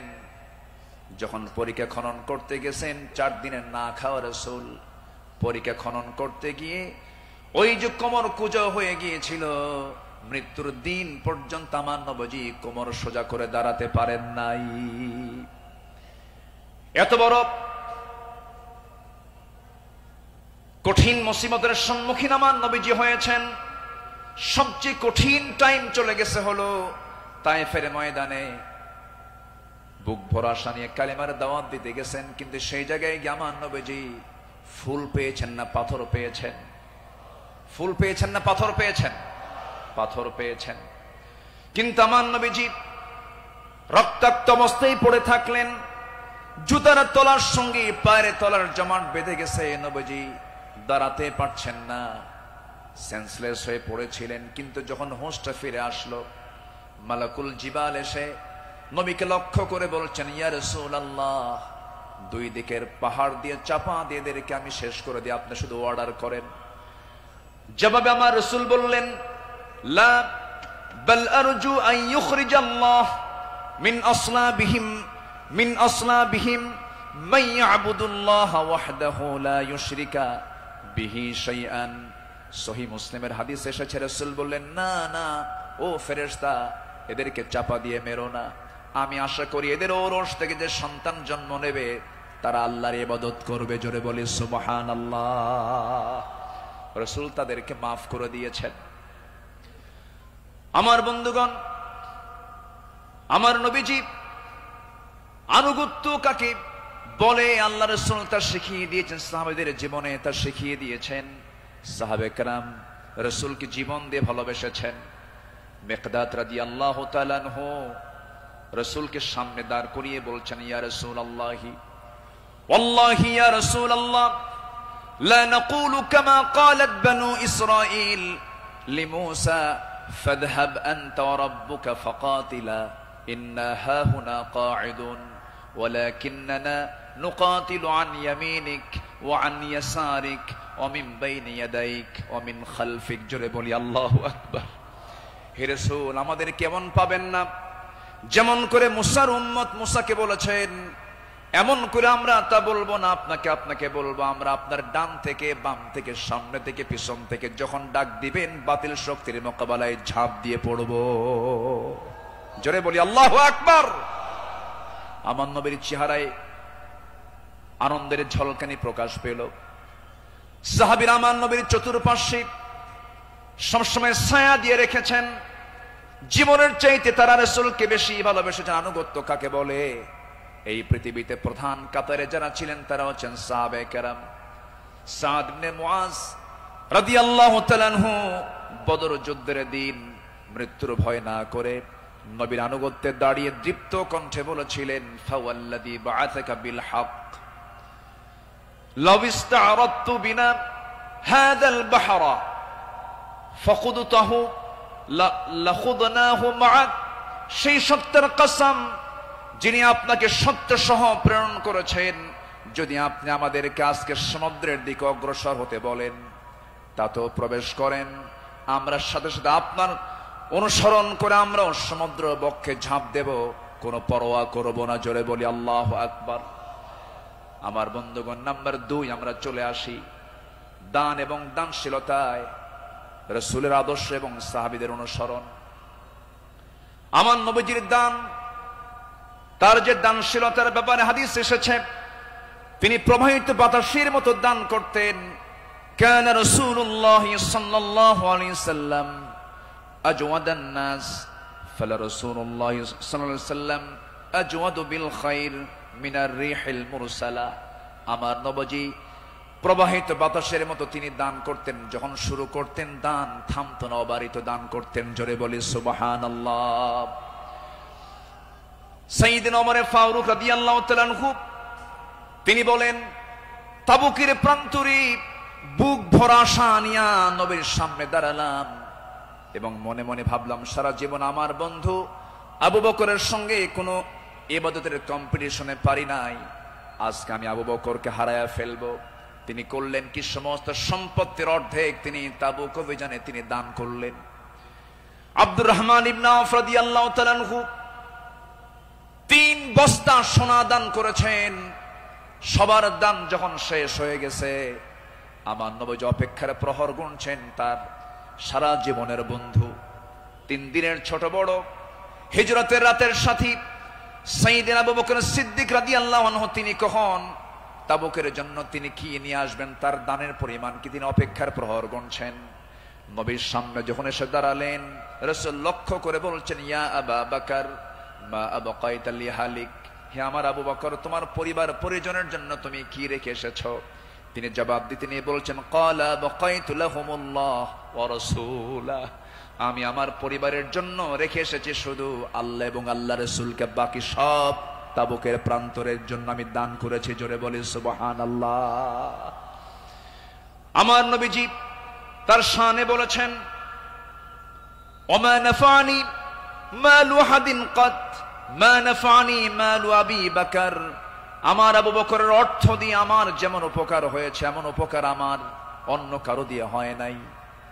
প্রতিটি মানুষের ইহসান পরিশোধ করতে পেরেছি আমি, রাসূল যে পরিশোধ করতে পেরেছি, কিন্তু আমার আবু বকরের ইহসান সমূহ এমন যে তার প্রতিদান কেবল আল্লাহ ছাড়া কেউ প্রতিদান দিতে পারবে না। জোরে বলি সুবহানাল্লাহ। আমার ভাইয়েরা, আল্লাহ রাব্বুল আলামিন সন্তুষ্টির জন্য বান্দাকে জানিয়ে দিচ্ছেন, বান্দা তোর দানটা হবে শুধুমাত্র আমার জন্য, দানের পুরস্কার হলো জান্নাত। সাহাবে কেরাম তা শিখিয়ে দিয়েছেন। আল্লাহ রাব্বুল আলামিন বলেন, মাসালুল লাযীনা ইউনফিকুনা আমওয়ালাহুম ফি সাবিলিল্লাহি কামাসালি হাববাতিন أنبتت 7 سنابل في كل سنبلة 100 حبة والله يضاعف لمن يشاء والله واسع عليم। জোরে বলুন আল্লাহু আকবার। যারা আল্লাহর পথে তাদের সম্পদ ব্যয় করে, তাদের উপমা হলো একটা বীজের মতো যা উৎপন্ন করলো 7টা শীষ, প্রতিটি শীষে রয়েছে 100 দানা। তারা আর আল্লাহ যাকে চান তার জন্য এমন করেই বাড়িয়ে দেন। আল্লাহ হচ্ছেন সবচাইতে প্রাচুর্যময় এবং সর্ব বিষয়ে জ্ঞানী। জোরে বলি সুবহানাল্লাহ। নাম্বার 3 হলো আদল এবং ইহসানের মূর্ত প্রতীক ছিলেন রাসূল এবং সাহাবে কেরাম। আদল কাকে বলে, ইনসাফ কাকে বলে, ইহসান কাকে বলে, যদি আমরা মডেল হিসেবে গ্রহণ করব আমার নবী এবং সাহাবে কেরামকে। আল্লাহ রাব্বুল আলামিন এই শানে বলেছেন, ইন্নাল্লাহা ইয়া'মুরু বিল আদলি ওয়াল ইহসানি ওয়া ইতা'i যিল কুরবা ওয়া ইয়ানহা আনিল ফাহশাই ওয়াল মুনকারি ওয়াল বাগি ইয়া'iদুকুম লা'আল্লাকুম তাযাক্কারুন। জোরে বলুন আল্লাহু আকবার। আমার বন্ধুগণ, আদালত কাকে বলে? সাইয়েদনা ওমর ফারুক রাদিয়াল্লাহু তাআলা আনহু অর্ধ দুনিয়ার শাসনকর্তা, তিনি একদিন ঘোড়া কিনতে গেছেন বাজারে। কি কিনতে গেছেন? ঘোড়া কিনতে গেছেন। আজকের বাজারে যেমন হোন্ডা কিনতে যায়, গাড়ি কিনতে যায়, আগের যুগে মানুষ কিনতে যেত কি? ঘোড়া। সাইয়েদনা ওমর ফারুকের প্রয়োজন, ঘোড়া কিনতে গেছেন। ঘোড়াওয়ালার সঙ্গে কথা বললেন, দামাদামি করে নিলেন, ঘোড়া একটা কিনলেন, দামটা দিয়ে দিলেন, কেনা বেচা হয়ে গেছে, চুক্তি সম্পন্ন হয়ে গেছে। ঘোড়া কিনে নিয়ে বাড়িতে চলে আসবেন, কয়েক মাইল ঘোড়ার পিঠে তিনি চড়েছেন, কয়েক মাইল আসতে না আসতেই তার ঘোড়ার 4টা পা অকেজ হয়ে গেছে। 4 পা যখন অকেজ হয়ে গেছে, সাইয়েদনা ওমর ফারুক একটু খেপে গেলেন, রেগে গেলেন। রেগে গিয়ে সোজা চলে গেছেন সেই ঘোড়াওয়ালার কাছে, গিয়ে বলছেন, ঘোড়াওয়ালা, তুমি আমাকে এমন ঘোড়া দিলে কেন? যে ঘোড়াটা আমি 4-5 মাইল যেতে না যেতে 4টা পায়ে তার অকেজ হয়ে গেছে, অসুস্থ ঘোড়া দিয়েছ, আমি এই ঘোড়া নেব না। সঙ্গে সঙ্গে ঘোড়াওয়ালা বলছেন, আমিরুল মুমিনিন, আমি আপনাকে যে ঘোড়াটা দিয়েছি সুস্থ ঘোড়া দিয়েছি। আপনি যখন আমার কাছ থেকে ঘোড়াটা কিনতে এসেছিলেন সেই সময় ঘোড়াটা সুস্থ ছিল, আপনার মালিকানা যাওয়ার পরে ঘোড়াটা অসুস্থ হয়ে পড়েছে। সাইয়েদনা ওমর ফারুক একটু খেপে গিয়ে বলছেন, অসুস্থ ঘোড়া আমি নেব না, ঘোড়া ফেরত নাও, টাকাটা আমাকে দিয়ে দাও। এবার ঘোড়াওয়ালা বলছে, আমিরুল মুমিনিন, আমি যত বলবো আপনি যত বলবেন কোনো ফায়সালা আসবে না। ঠিক আছে, আমার কথা এবং আপনার কথা দুটা নিয়ে আমরা চলুন, আমরা আদালতে যাই। কোথায় যাই? আদালতে চলে যাই। ইন্নাল্লাহা ইয়া'মুরু বিল আদল, আদালতের সম্মুখীন হয়ে যাই। সাইয়েদনা ওমর ফারুক রাদিয়াল্লাহু তাআলা আনহু তখন অর্ধ দুনিয়ার শাসনকর্তা। এই কথা শোনার সঙ্গে সঙ্গে তিনি তার সকল কথাকে তিনি অফ করে দিলেন, চুপ মেরে গিয়ে বলছেন, ঠিক আছে ঘোড়াওয়ালা, চলো আদালতে হাজির হই, চলো আদালতে ফয়সালা দিয়ে দেবে। চিন্তা করে দেখুন, অর্ধ দুনিয়ার শাসনকর্তা ওমর ফারুক সামান্য এক ঘোড়াওয়ালা মামলা দিচ্ছে, সেই মামলায় তিনি হাজির হচ্ছেন। চলে গেলেন আদালতে। আদালত চত্বরে গিয়ে যখন হাজির হলেন, বিচারালয়ের চেয়ারে বসা একজন কাজী যখন সাইয়েদনা ওমর ফারুককে দেখেছেন, দেখা মাত্রই তিনি দাঁড় হয়ে বলছেন, আমিরুল মুমিনিন, আপনি কেন আদালতে, কি হয়েছে? তিনি এবার বলছেন, বিচারপতি, আমি ঘোড়া কিনতে গেছি, ঘোড়া সে আমাকে অসুস্থ ঘোড়া দিয়েছে, আমি এই ঘোড়া নেব না, সেজন্য বিচার আদালত পর্যন্ত গড়িয়েছে, কি করা যায়? কাজী সুরাই ইবনুল হারিস আল কিন্দি রাহিমাহুল্লাহ সেই বিচারপতির নাম। তিনি বলছেন, আমিরুল মুমিনিন, দুপক্ষের কথাই তো শুনতে হবে। দুপক্ষের কথাই তিনি শুনলেন। ঘোড়াওয়ালাও তার বক্তব্য দিল, খলিফাতুল মুসলিমিন তিনিও তার বক্তব্য পেশ করলেন, তার কথাগুলো বললেন। দুজনের কথা শোনার পরে কাজী সুরাই ইবনুল হারিস আল কিন্দি রাহিমাহুল্লাহ এবার বলছেন, আমিরুল মুমিনিন, অবশ্যই আপনি সম্মানিত, আপনি খলিফাতুল মুসলিমিন, কিন্তু আদালতটাকে কায়েম করার জন্য আমি আজকে আপনার কাছে দুঃখ প্রকাশ করছি, আজকে এই আদালতের রায়টা আপনার পক্ষে যাবে না, এই রায়টা সম্পূর্ণ ঘোড়াওয়ালার পক্ষে চলে যাবে। আমি আপনাকে বুঝাইয়া দিচ্ছি। এবার তিনি বলছেন, আমিরুল মুমিনিন, আপনি আমার সামনে যে কথা বলছেন, আপনি এই জায়গা থেকে সুস্থ অবস্থায় বাড়ি পর্যন্ত ফিরবেন, তার কোনো গ্যারান্টি আছে নাকি? না, গ্যারান্টি নাই। তাই যদি হয় যে ঘোড়াটা আপনি কিনে নিয়েছেন সেই ঘোড়াটা সুস্থ অবস্থায় কিনেছেন, আপনার মালিকানায় যাওয়ার পরে ঘোড়াটা অসুস্থ হতেই পারে, অসুস্থ হয়ে গেছে, কিন্তু সেই ঘোড়াটা ফেরত দিয়া আপনি টাকা ফেরত নিবেন, এমনটা তো ইসলাম এলাও করে না। সাইয়েদনা ওমর ফারুক রাদিয়াল্লাহু তাআলা আনহু একটা কথাও বললেন না। আদালত চত্বর থেকে তিনি বের হয়ে গেলেন। পরের দিন তিনি মাজলিসে শুরার বৈঠকে বসলেন, সবাইকে জানান দিলেন যে আমার সমস্ত উপস্থিত সমস্ত পরামর্শ সভার সদস্যবৃন্দ, গতকালকে আমি একজন বিচারপতি পেয়েছি, এত বড় আদিল মানুষ আমি দেখি নাই, এত বড় আদিল, ইমামুন আদিল, এত সুন্দর রায় সে দিয়েছে, তার এত বড় সাহস, সে ব্যক্তির দিকে তাকায় নাই, সে আইনের দিকে তাকাইছে, আদালতের দিকে তাকাইছে। আমি ওমর আমার বিরুদ্ধে সে রায় দিয়েছে, এই লোকটাকে সাধারণ বিচারপতি না বানায় তাকে কেন্দ্রীয় বিচারপতি বানায় দিলাম। আল্লাহু আকবার বলেন। সম্মানিত ভাইয়েরা, সম্মানিত বন্ধুগণ, বিগত 16 বছর যে বিচারগুলো হয়েছে, প্রহসনের বিচার হয়েছে, অনেক মার কোল তারা শূন্য করেছে, অনেক আল্লাহর গোলামের উপরে তারা জুলুম করেছে। 2018 সালে হঠাৎ করে আমার বাড়ি চতুর্দিক থেকে কয়েকশো পুলিশ আমার বাড়ি ঘেরাও করে আমাকে ধরতে গেছে। বিশাল বড় সন্ত্রাসী তো, ধরতে গেছে। তো বললাম, ভাই কি সমস্যা কি, চলেন থানায় যেতে হবে। থানায় নিয়ে গেল। ওসির সামনে বসে আছি, দেখি ওসির চোখের ভিতরে পানি টলমল করছে, অশ্রুপূর্ণ চোখ। তো বললাম, আপনি কান্দেন কেন? হুজুর, আমি আপনার খুব ভক্ত। তো ভক্ত তো ধরছেন কেন? বলে যে, কি করব হুজুর, চাকরি বাসান তো ফরজ, সন্তানাদি আছে, কি করব, উপর থেকে খুব চাপ। হুজুর, আপনি আমাকে মাফ করে দিয়েন। কি করবেন? চাকরি বাঁচান তো ফরজ। আমি বললাম, চাকরি বাঁচান ফরজ, ইমান বাঁচান নফল। মামলা একখান দিয়া চালান দিয়ে দিল, কোর্টে না মঞ্জুর করলো, কোনো মঞ্জুর হবে না। সেখান থেকে নিয়ে চলে গেল জেলখানায়।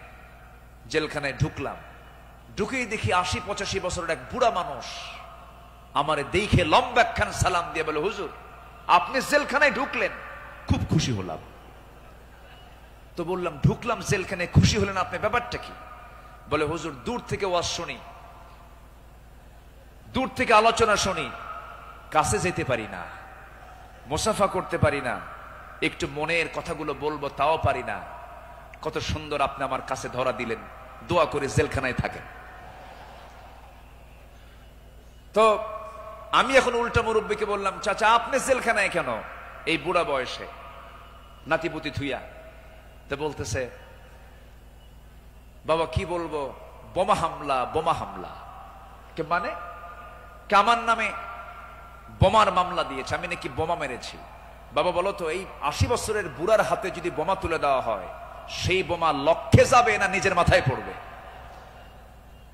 এ আচরণ করেছে তারা ১৬ বছর। ফেরাউন বেঁচে ছিল, ফেরাউন পৃথিবীতে বেঁচে ছিল ১৬০০ বছর, এরা ছিল ১৬ বছর। সংখ্যার যে মিল হলো কেমনে বুঝলাম না। ফেরাউনের যে চরিত্র, এদের সেই একই চরিত্র তারা প্রকাশ করেছিল ১৬ বছর। দাড়ি দেখলেই, টুপি দেখলেই তাদেরকে জঙ্গিবাদীর তকমা লাগায় মামলা দিত। রাস্তার ফকির পর্যন্ত মামলার শিকার হয়েছে।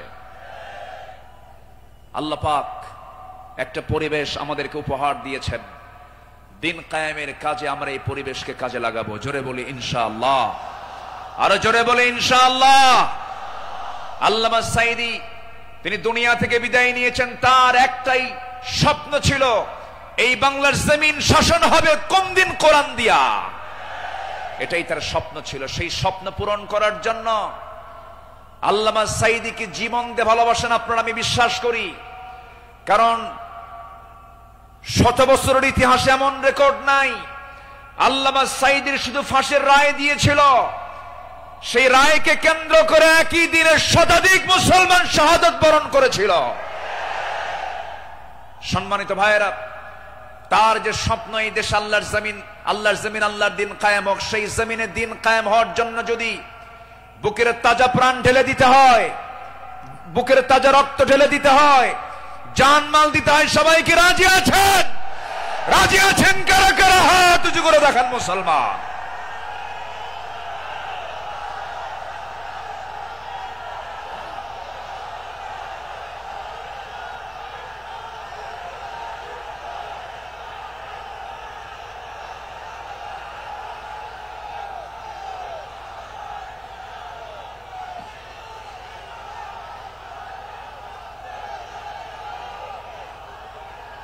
আল্লাহ কবুল করুন, জোরে বলে আমিন, আরো জোরে আমিন। হাত নামান, বসুন। আমি তো দাঁড়াতে বলি নাই, আপনি দাঁড়ালেন কেন? যে বসে পড়ুন। আমি কি আলোচনা চালাবো? আলোচনা চালাবো। আমার নির্দিষ্ট সময় কিন্তু শেষের দিকে প্রায়। আমি কি আলোচনা চালিয়ে যাব? সবাইকে আমাকে সময় দিবেন? জোরে বলি ইনশাআল্লাহ, আরো জোরে বলি ইনশাআল্লাহ। সম্মানিত ভাইয়েরা, তাদের আদালতটা কি ছিল? সাইয়েদনা ওমর ফারুক রাদিয়াল্লাহু তাআলা আনহু একদিন কোন এক বাজার দিয়ে যাচ্ছিলেন। হঠাৎ করে কোন এক সাহাবীর গায়ে হাতে ছিল ছোট্ট ছড়ি, লাঠি ছিল, লাঠি দিয়ে ঘুতা মেরেছেন। মজা করে একটা ঘুতা মারলেন। সেই সাহাবীও কিছু মনে করেন নাই। মাস ৬ পরে সাইয়েদনা ওমর ফারুক রাদিয়াল্লাহু তাআলা আনহু তার সঙ্গে দেখা করে বললেন, বন্ধু চলো আমার বাড়িতে যাই। বাড়িতে নিয়ে গেলেন, হাতটা ধরে ক্ষমা চেয়ে বললেন, শোনো আমার ভাইজান, অমুক দিন তোমার শরীরে একটু মজা করে একটু তরবারি কি বলে হাতের ছড়ি দিয়ে লাঠি দিয়ে একটু আঘাত করেছিলাম, কষ্ট পেলে আমাকে মাফ করে দিও। এই যে তোমার হাতে 600 দিরহাম দিয়ে দিলাম, তুমি আল্লাহর ঘর কাবা জিয়ারা করে আসবে। জবাবে সেই সাহাবী বলছেন, আমিরুল মুমিনিন, আপনি আমাকে যে আঘাত করেছেন এটা তো আমার মনেই নাই। সাইয়েদনা ওমর ফারুক বললেন, ও আমার ভাই, আমি যে তোমাকে মৃদু আঘাত করেছি, এটা যদি তুমি কিয়ামতের দিন আমার বিরুদ্ধে যদি আল্লাহর কাছে যদি আদালতে মামলা দিয়ে দাও, আমি জামিন পাবো না। এই জন্য আজকে দুনিয়াতেই তোমার কাছ থেকে আমি মাফ চেয়ে নিলাম। জোরে কোন সুবহানাল্লাহ। সাইয়েদনা ওমর ফারুক রাদিয়াল্লাহু তাআলা আনহু এক বোতল মধু এনেছেন, রাষ্ট্রের মধু। সেই মধুগুলো নিয়ে এসে বাড়িতে স্ত্রীর সামনে দাঁড়িয়ে বলছেন, স্ত্রী, মধুগুলো আনলাম। এই মধু শুধু আমাদের ঘরের জন্য নয়, আমার প্রতিবেশী আরো 4 ঘর সহ আমার ঘর মোট 5টা ভাগ হবে। তোমাকে দায়িত্ব দিলাম, এই মধুটা ভাগ করো। স্ত্রীকে মধু ভাগের দায়িত্ব দিই। সময় যেতে না যেতেই একটু পরেই তিনি বলছেন, স্ত্রী মন খারাপ করো না, আমি তোমাকে মধুভাগের দায়িত্ব দেব না। মধুর বোতলটা নিয়ে নিলেন, আস্তে করে প্রতিবেশীর ঘরে চলে গেলেন। প্রতিবেশীকে ডাক দিয়ে বলছেন, প্রতিবেশী, যে মধুর বোতলটা তোমাকে দিলাম সমান 5 ভাগে ভাগ করবে, একটা ভাগ তুমি আমাকে দিবে, বাকি 4 ভাগ তোমরা সব ভাগ করে নেবে। তিনি তার অংশের মধুটা নিয়ে আসলেন, নিয়ে এসে স্ত্রীর সামনে দাঁড়িয়ে বলছেন, আমার স্ত্রী, আল্লাহর কসম করে বলি, আমি তোমাকে সন্দেহ করিনি, আমি তোমাকে ভালোবাসি। আমি রাষ্ট্র চালাই, তুমি আমার পরিবার চালাও, সন্তানাদির দিকে খেয়াল করো, আমার বড় উপকার তুমি করো। আমি তোমাকে সন্দেহ করে তোমার হাত থেকে মধুর বোতল আমি নেই নাই। আমি নিয়েছি এই কারণটা হলো, এই যে মধু তুমি যখন ভাগ করতে যাবে, যদিও সমান ভাগে ভাগ করবে, কিন্তু মধু হলো তরল জিনিস। এই তরল মধু ভাগ করতে নিয়ে তোমার হাতে যতটুকুন মধু লেগে যাবে, 1 ফোঁটা হোক, 2 ফোঁটা হোক, 3 ফোঁটা হোক, এতটুকুন মধু আমাদের ভাগে বেশি আসুক এটা চাই নাই, মনে করে মধু ভাগের দায়িত্ব আমি অন্যের কাঁধে চাপায়া দিয়েছি। জোরে বলি আল্লাহু আকবার। ইন্নাল্লাহা ইয়া'মুরু বিল আদল ওয়াল ইহসান। আল্লাহু আকবার বলি। নাম্বার 4 হলো 10টা পয়েন্ট, একটু কান লাগান, খরগোশের মতো কানটা একটু খাড়া করে মনোযোগ দিয়ে সবাই মনোযোগ দিয়ে শুনুন। নাম্বার 4 হলো শ্রেষ্ঠত্বের কাতারে থেকেও নিরহংকার হয়ে অসহায় সাধারণের সাথে মিশে যাওয়া সাহাবে কেরামদের বৈশিষ্ট্য ছিল, আমার নবীর বৈশিষ্ট্য ছিল। আল্লাহ রাব্বুল আলামিন অর্ডার করেছেন, ওয়াখফিদ জানাহাকা লিমান ইত্তাবা'আকা মিনাল মুমিনিন। সূরা শুআরা 215 নম্বর আয়াত।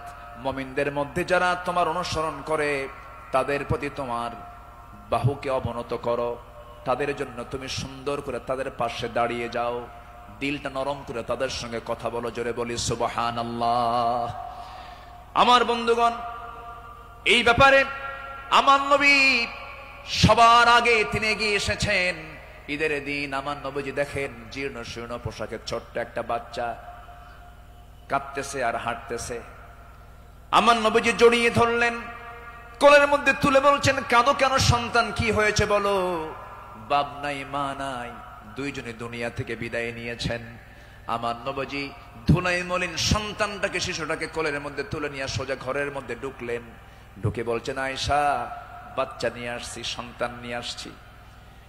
ও কলিজার টুকরা সন্তান, এই যে মহিলাকে দেখতে পেতেছ আজকের থেকে এটাই তোমার মা, আর আমি তোমার সামনে দাঁড়িয়ে আছি, আমি হলাম তোমার বাবা।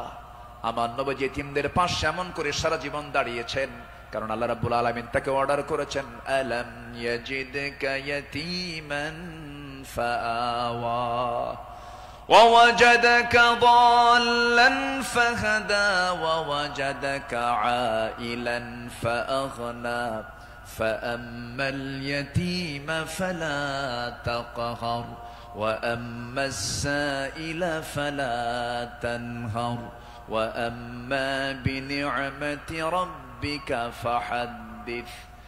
আমার বন্ধুগণ, সাইয়েদনা আবু বকর সিদ্দিক রাদিয়াল্লাহু আনহুর খেলাফত আমল চলছিল। সাইয়েদনা আবু বকর রাদিয়াল্লাহু তাআলা আনহু সেই সময় যখন তিনি খেলাফত পেলেন, নতুন যখন তিনি দায়িত্ব পেলেন, খেলাফত গ্রহণ যখন তিনি করলেন, নতুন খলিফা হয়েছেন, এই খেলাফতের সংবাদ পেয়ে অনেকে আনন্দ প্রকাশ করছে, সুন্দর একজন খলিফা আমরা পেয়েছি। কিন্তু ওই মদিনার ছোট্ট একটা গ্রামের একজন মহিলা অঝরে ঝাড়ে কাঁদতেছে, কান্নায় সে ভেঙ্গে পড়ছে। সবাই বলল, মহিলা তুমি কান্দো কেন? ও নারী তুমি কান্দো কেন? ও মহিলা তুমি কান্দো কেন? কান্নার হেতুটা কি? সঙ্গে সঙ্গে মহিলা বলতেছে, কান্নার কারণ হলো এমন একজন ব্যক্তি খেলাফতের দায়িত্ব পেয়েছে, যে লোকটা আমার বাড়ির প্রত্যেকদিন ছাগলটা দহন করে যেত, ছাগলের দুধটা দহন করত। আজকে সে খেলাফতের দায়িত্ব পেল, কিন্তু আমার এই ছাগলের দুধটা দহন করার মতো লোক আর আমি পাবো না, এই জন্য আমি কান্দি। ওই মহিলার কান্না যখন সাইয়েদনা আবু বকরের কানে যখন সংবাদটা চলে গেছে, ওই মহিলার সামনে দাঁড়িয়ে বলছেন, মহিলা কেঁদো না, আমি খলিফার দায়িত্ব পেয়েছি, খেলাফতের দায়িত্ব পেয়েছি বলে তোমার দায়িত্ব আমি পালন করব না, ভুল কথা। আমার দায়িত্ব এটাও রয়ে যাবে, আমার খেলাফতের দায়িত্ব রয়ে যাবে। জোরে বলেন সুবহানাল্লাহ। ইবনে আসাকার বলেন, সিরাত গ্রন্থে এসেছে, সাইয়েদনা আবু বকর সিদ্দিক রাদিয়াল্লাহু তাআলা আনহু একটা গ্রাম ছিল, একটা পল্লী ছিল, ছোট্ট একটা মহল্লা ছিল। ওই মহল্লার প্রত্যেক ঘরে ঘরে গিয়ে সাইয়েদনা আবু বকর প্রত্যেক ঘরের ছাগলগুলোর দুধ তিনি দহন করে দিয়ে আসতেন। জোরে বলেন সুবহানাল্লাহ। আরো জোরে বলে সুবহানাল্লাহ। শ্রেষ্ঠত্বের কাতারে থেকেও নিরহংকারী হয়ে তারা জনগণের খাদেম ছিলেন, জনগণের খেদমত তারা করেছেন। রাতের বেলা একদিন তিনি খালি পায়ে হাঁটতেছেন। কি পায়ে বলেন? খালি পায়ে হাঁটতেছেন। সাইয়েদনা ওমর ফারুক দেখে বলছেন, আমিরুল মুমিনিন, আপনি খালি পায়ে হাঁটেন কেন? পাথরের আঘাতে আপনার চামড়া ফেটে তো রক্ত বের হয়ে যাবে, আপনি আহত হয়ে পড়বেন, রক্তাক্ত হয়ে যাবেন। তিনি বলছেন, ভাই ওমর, এই রাতের গভীর রাত্রিতে, গভীর নিশীথে আমি যদি জুতা পায়ে হাঁটতে যাই, পাথরের সাথে জুতার একটা আঘাত লাগবে, একটা শব্দ সৃষ্টি হয়ে যাবে। এই শব্দে যদি আমার নাগরিকের যদি ঘুমের ব্যাঘাত হয়, কিয়ামতের দিন আমাকে তার জন্য আসামির কাঠ গড়ায় দাঁড়াতে হবে। জোরে বলি আল্লাহু আকবার। ঢাকা থেকে নেতা আসিতেছেন চট্টগ্রাম, ঢাকা চট্টগ্রামের রোড 4 ঘন্টা বন্ধ। এমন নেতৃত্ব আমরা চাই না।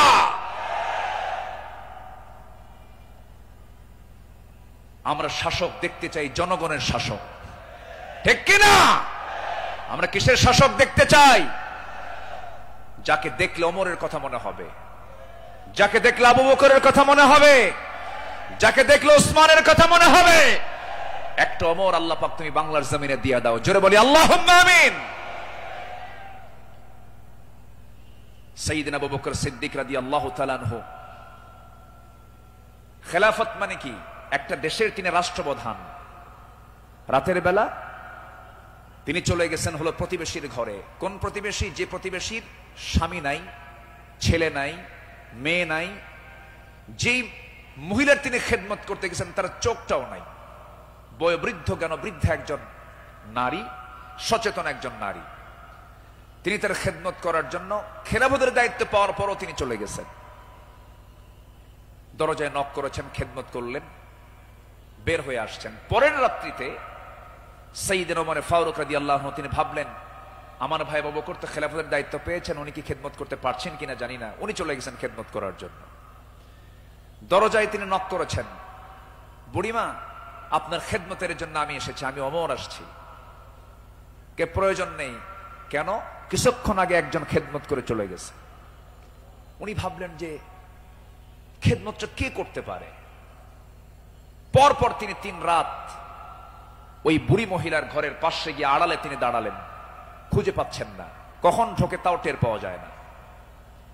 3য় রাত্রিতে তিনি বুঝতে পারলেন একটা মানুষ খালি পায়ে ভিতরে ঢুকলো, কিন্তু অন্ধকার তো দেখতে পান নাই। ভিতরে ঢুকে খেদমত করে বের হতে নিলেই পিছন দিক থেকে ওমর ফারুক তার হাত চেপে ধরেছেন। চেপে ধরেই দেখেন কেউ না, খলিফা আবু বকর সিদ্দিক রাদিয়াল্লাহু তাআলা।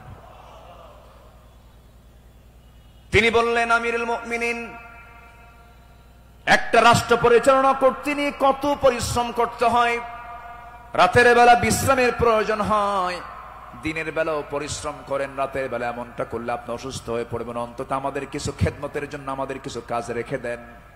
তিনি বলছেন, ভাই ওমর, হাসরের ময়দানে আমার আমল নামা তোমার পিঠে যাবে না, আমার কাজ আমাকে করতে দাও। মৃত্যুর দিন পর্যন্ত তিনি ওই মহিলার খেদমত করে তিনি দুনিয়া থেকে বিদায় নিয়েছেন। দ্বিতীয় খলিফা ওমর ফারুক রাদিয়াল্লাহু তাআলা যখন খেলাফতের দায়িত্ব পেলেন, ওই মহিলা জানেন না প্রথম খলিফা ইন্তেকাল করেছেন।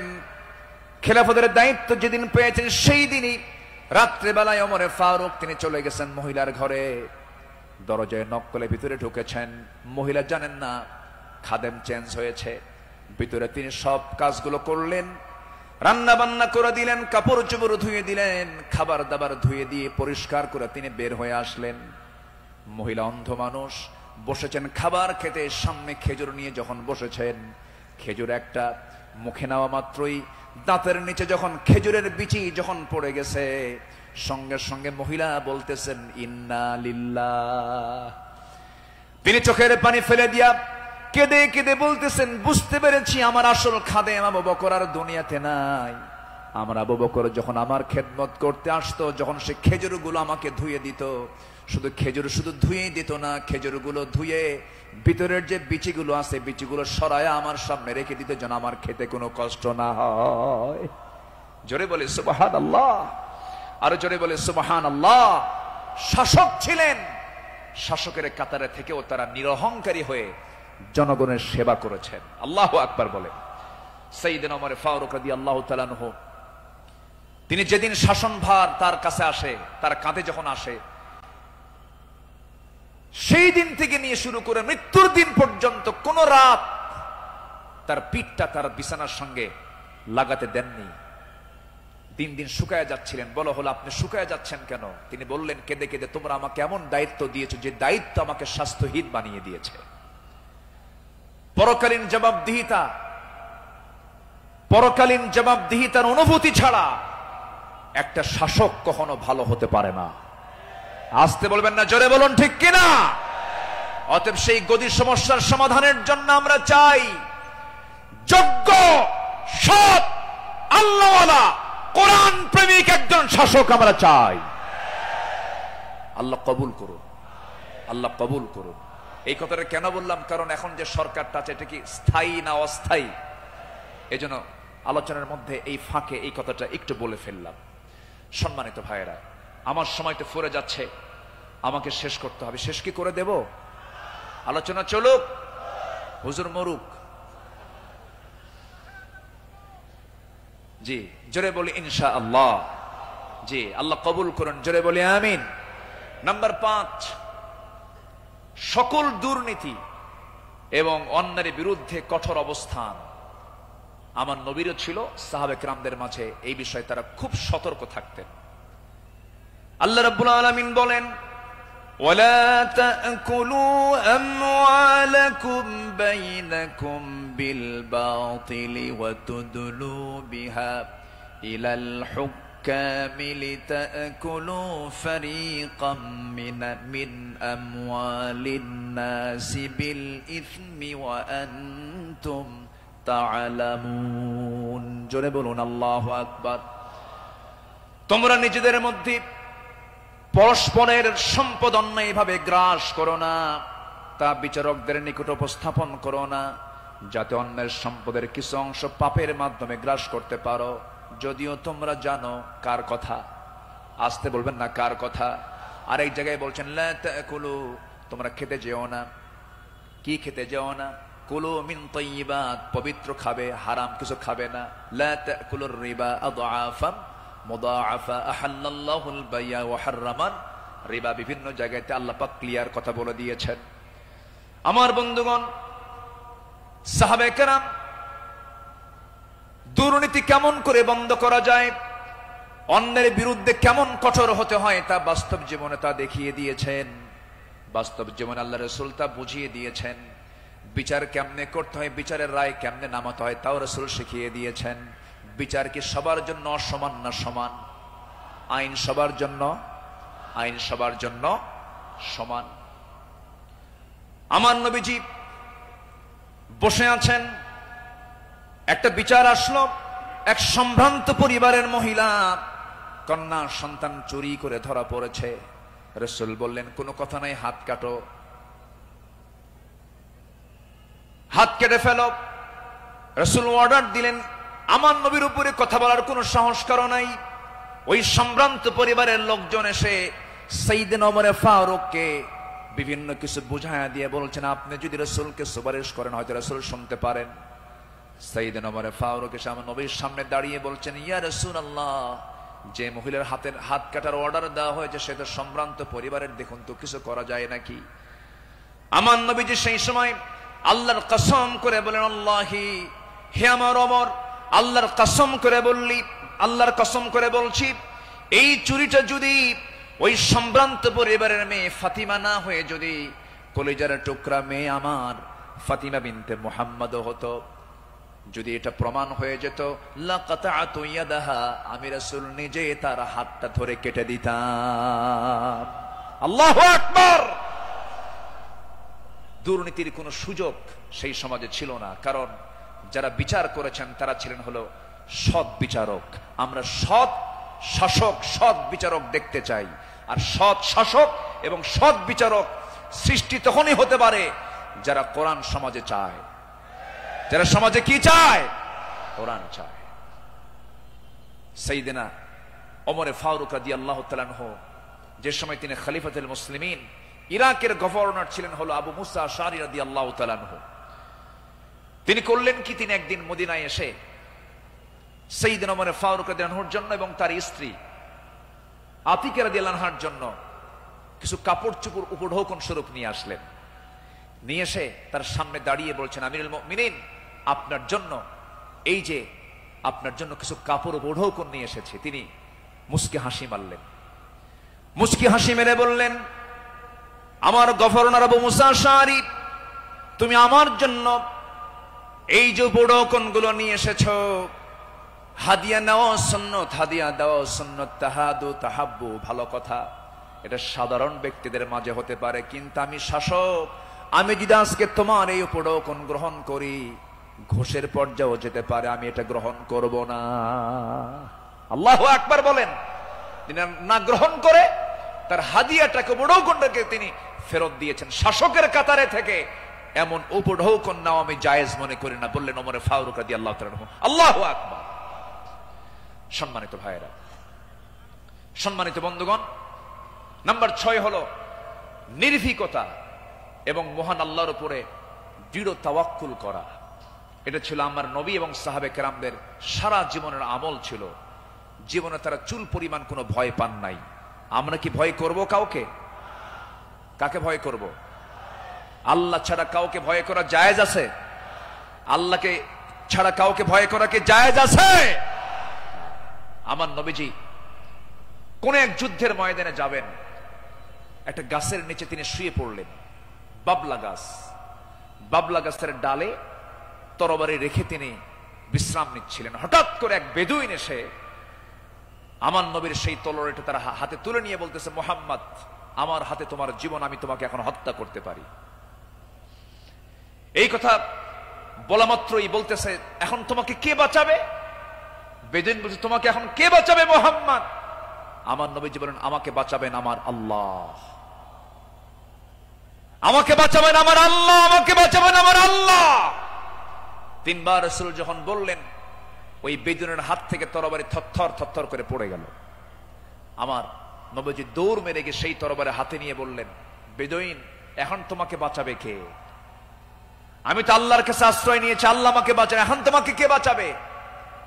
বেদুইন তার চোখের পানি আটকাতে না পেরে আমার নবীর সামনে দাঁড়িয়ে বলছে, আপনি সত্যি আল্লাহ রাসূল, আপনি আমাকে পড়িয়ে দেন লা ইলাহা ইল্লাল্লাহ, ফাইদা আযামতা ফাতাওয়াক্কাল আলাল্লাহ ওয়া কাফা বিল্লাহি ওয়াকিলা, ইন্নাল্লাহা ইউহিব্বুল মুতাওয়াক্কিলিন, ওয়া মান ইয়াতাওয়াক্কাল আলাল্লাহ ফাহুয়া হাসবুহ। যে ব্যক্তি আল্লাহর প্রতি তাওয়াক্কুল করবে, আল্লাহ তার জন্য যথেষ্ট হয়ে যান। আমাদের ভরসা রাশিয়া নয়, আমেরিকা নয়, ইন্ডিয়া নয়, চায়না নয়, আমাদের কারো প্রতি ভরসা করার দরকার না। আমাদের ভরসা কে? আসতে বলবেন না, তিনি কে? আমাদেরকে বাঁচাবেন তিনি, যার হাতে আমাদের প্রাণ তিনি, সে আল্লাহ আমাদেরকে বাঁচাবেন। আল্লাহ কবুল করুন, জোরে বলি আমিন। ইসলাম গ্রহণ করেছেন 40 নম্বরে। 41 নম্বরে সাইয়েদনা ওমর ফারুক রাদিয়াল্লাহু তাআলা আনহু ইসলাম কবুল করেই রাসূলের সামনে তরবারি রাসূলের পায়ের কাছে রেখে বললেন, ইয়া রাসূলুল্লাহ, আমাদের মুসলমানদের সংখ্যা কত? আমার রাসূল বললেন, ওমর, সাহাবীর সংখ্যা মাত্র 40 জন, 40 থেকে 41 জন। সাইয়েদনা ওমর ফারুক, এটাই বিশাল সংখ্যা। আজকে আমরা কাবার চত্বরে গিয়ে প্রকাশ্যে ঘোষণা করব, লা ইলাহা। কোন সাহাবী বললেন? বলেন বলেন, কোন সাহাবী? আজকে তো এক সাহাবীর ইতিহাসটা একটু বেশি টানলাম, প্রসঙ্গটা চলে আসলো। তিনি বলে ফেললেন, কি পরিমাণ সাহস হতে পারে! সাহসের পিরামিড সাইয়েদনা ওমর ফারুক গিয়ে প্রকাশ্য রূপে সামনে ঘোষণা করলেন, কে আছো? আমার সামনে আসো, লা ইলাহা। তরবারি হাতে দীপ্ত পদক্ষেপে আল্লাহু আকবার ধ্বনিতে মুখরিত করে আকাশ বাতাস সামনের দিকে যেতে লাগলেন। আবু জেহেল হতভম্ব হলো। আবু জেহেল মনে মনে ভাবলো, পাঠালাম কি জন্য, আর হয়ে গেল কি? সাইয়েদনা ওমর ফারুক রাদিয়াল্লাহু তাআলা এত সাহসী ছিলেন, সেই বজ্র কণ্ঠের ওমর এখনো দরকার আছে না নাই? সেই বজ্র কণ্ঠের ওমর এখনো দরকার আছে না নাই?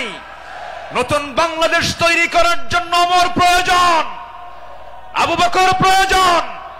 আমরা আবু বকরের মতো দৃঢ়চেতা হব, ওমরের মতো সাহসী হব, ওসমানের মতো ধৈর্যশীল হব, আলীর মতো লড়াকু সৈনিক হয়ে বাতিল শক্তির মোকাবেলায় আমরা ঝাঁপিয়ে পড়ব প্রয়োজনে। রাজি আছেন কারা কারা? হাত উঁচু করে দেখান মুসলমান।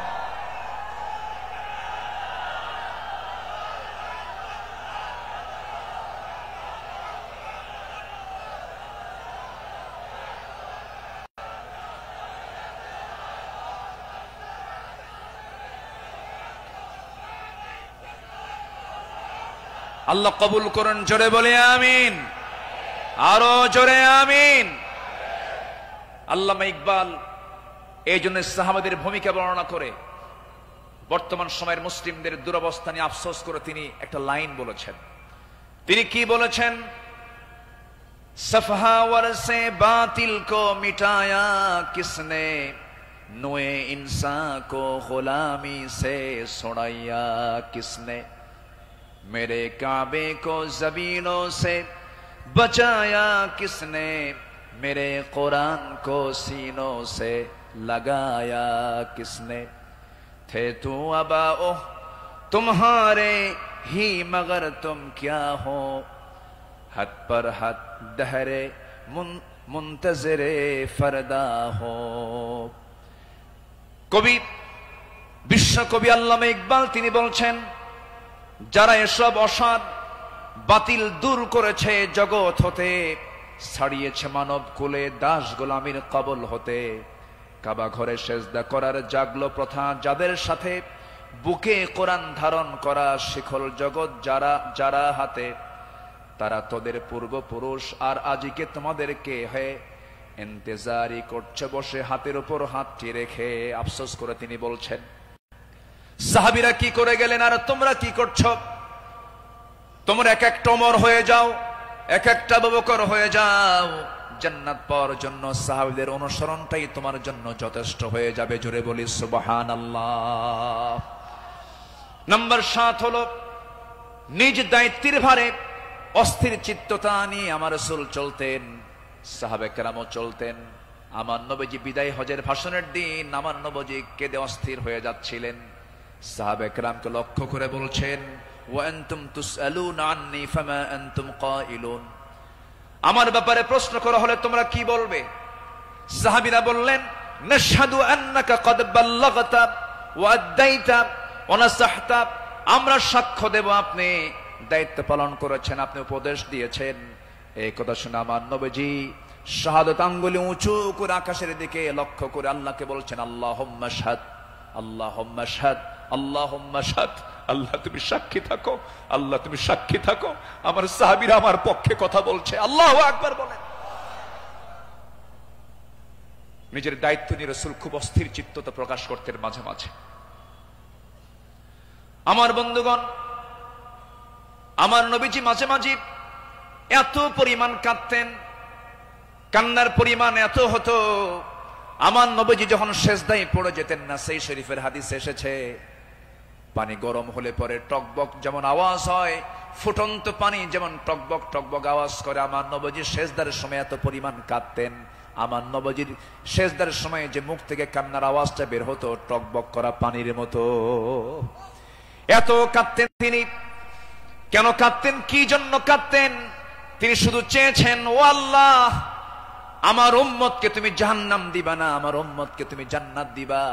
তিনি তার নিজের জন্য বেশি কেঁদেছেন না, উম্মতের জন্য বেশি কেঁদেছেন, উম্মতের জন্য বেশি কেঁদেছেন। আমার বন্ধুগণ, এই জন্য এই পৃথিবীতে সবচাইতে বেশি ভালোবাসবে এক নাম্বার কাকে বলেন? আসতে বলবেন না, কাকে? নাম্বার 2 হচ্ছে মুহাম্মদ সাল্লাল্লাহু আলাইহি ওয়াসাল্লামকে আমরা ভালোবাসবো। তিনিও ভালোবেসেছেন। আমার ভাইয়েরা, আমার বন্ধুগণ, নাম্বার 8 হলো আদর্শ নেতৃত্বের অনুতুলনীয় আলোক ছটাই সাহাবে কেরাম। সাহাবে কেরামকে আল্লাহ রাব্বুল আলামিন অনেক সম্মান দান করেছেন। লাকাদ আরসালনা রুসুলানা বিল বায়িনাতি ওয়া আনজালনা মাআহুমুল কিতাবা ওয়াল মিজানা লিয়াকুমান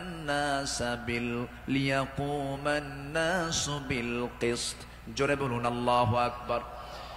আমার বন্ধুগণ, সময় যেহেতু কম, শেষের দিকে আস্তে আস্তে চলে যাচ্ছি। নাম্বার 9 হলো তাকওয়ার উজ্জ্বল দৃষ্টান্ত ছিলেন আমার নবী এবং সাহাবে কেরাম। লাকিনিল্লাযীনা তাকাও রাব্বাহুম লাহুম জান্নাতুন তাজরি মিন তাহতিহাল আনহার আল-আনহারু খালিদিনা ফিহা নুজুলাম মিন ইনদিল্লাহ ওয়া মা ইনদাল্লাহি খায়রুল লিল আবরার। জোরে বলুন আল্লাহু আকবার। যারা নিজেদের প্রতিপালককে ভয় করে চলে, তাদের জন্য আছে এমন সব উদ্যান, এমন সব জান্নাত যারা তলদেশ দিয়ে নহর প্রবাহিত। আল্লাহর পক্ষ থেকে অতিথিয়তা স্বরূপ তারা সর্বদা সেখানে থাকবে। আল্লাহর নিকট যা কিছু আছে পুণ্যবানদের জন্য তাই হলো শ্রেষ্ঠ। জোরে বলি সুবহানাল্লাহ। তাকওয়া কাকে বলে সাহাবে কেরাম শিখিয়েছেন, তাকওয়া কাকে বলে আম্বিয়া কেরাম শিখিয়েছেন। বিশেষ করে আমার নবীজি তাকওয়ার তিনি মূর্ত প্রতীক ছিলেন।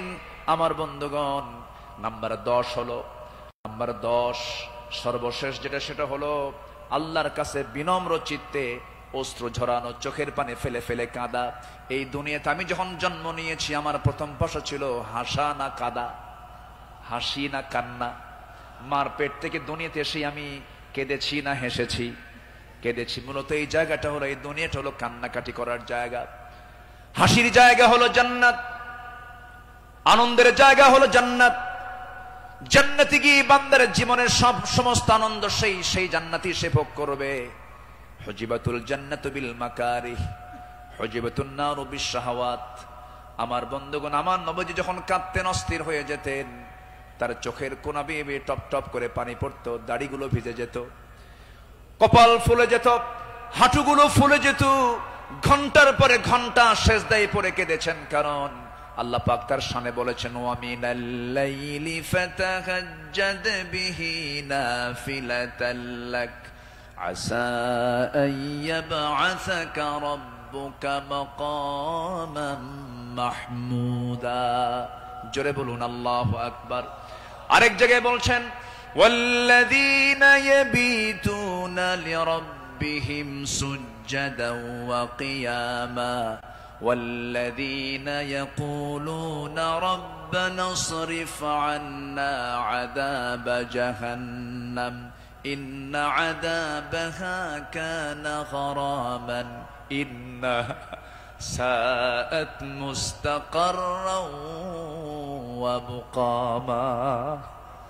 আল্লাহর যারা বান্দা হবে, রাত গভীর হয়ে যাবে, সবাই ঘুমের সাগরে হাবুডুবু খাবে, কিন্তু আল্লাহর পছন্দের বান্দা যারা, তারা তো জানেই আল্লাহ সব সময় প্রথম আকাশে আসেন না।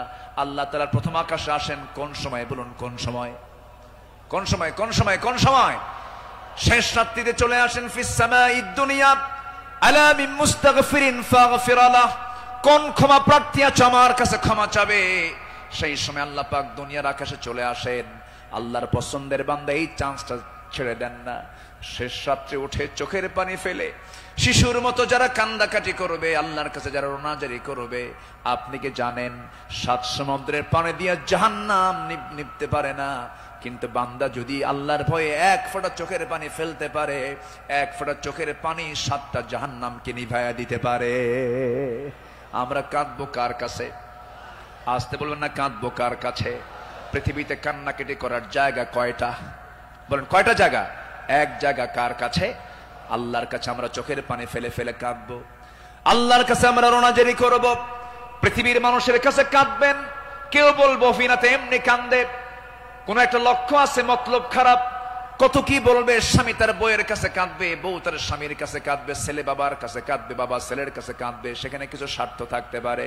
কিন্তু বান্দা যদি শুধুমাত্র আল্লাহর জন্য কাঁদতে পারে, আল্লাহ রাব্বুল আলামিন তার বান্দার সেই কান্নার পরিপূর্ণ জাযা, পরিপূর্ণ পুরস্কার সেই বান্দার হাতে তুলে দিবেন। এই জন্য আমরা চোখের পানি খরচ করব কার জন্য? আসতে বলবো না, কার জন্য আমরা খরচ করব?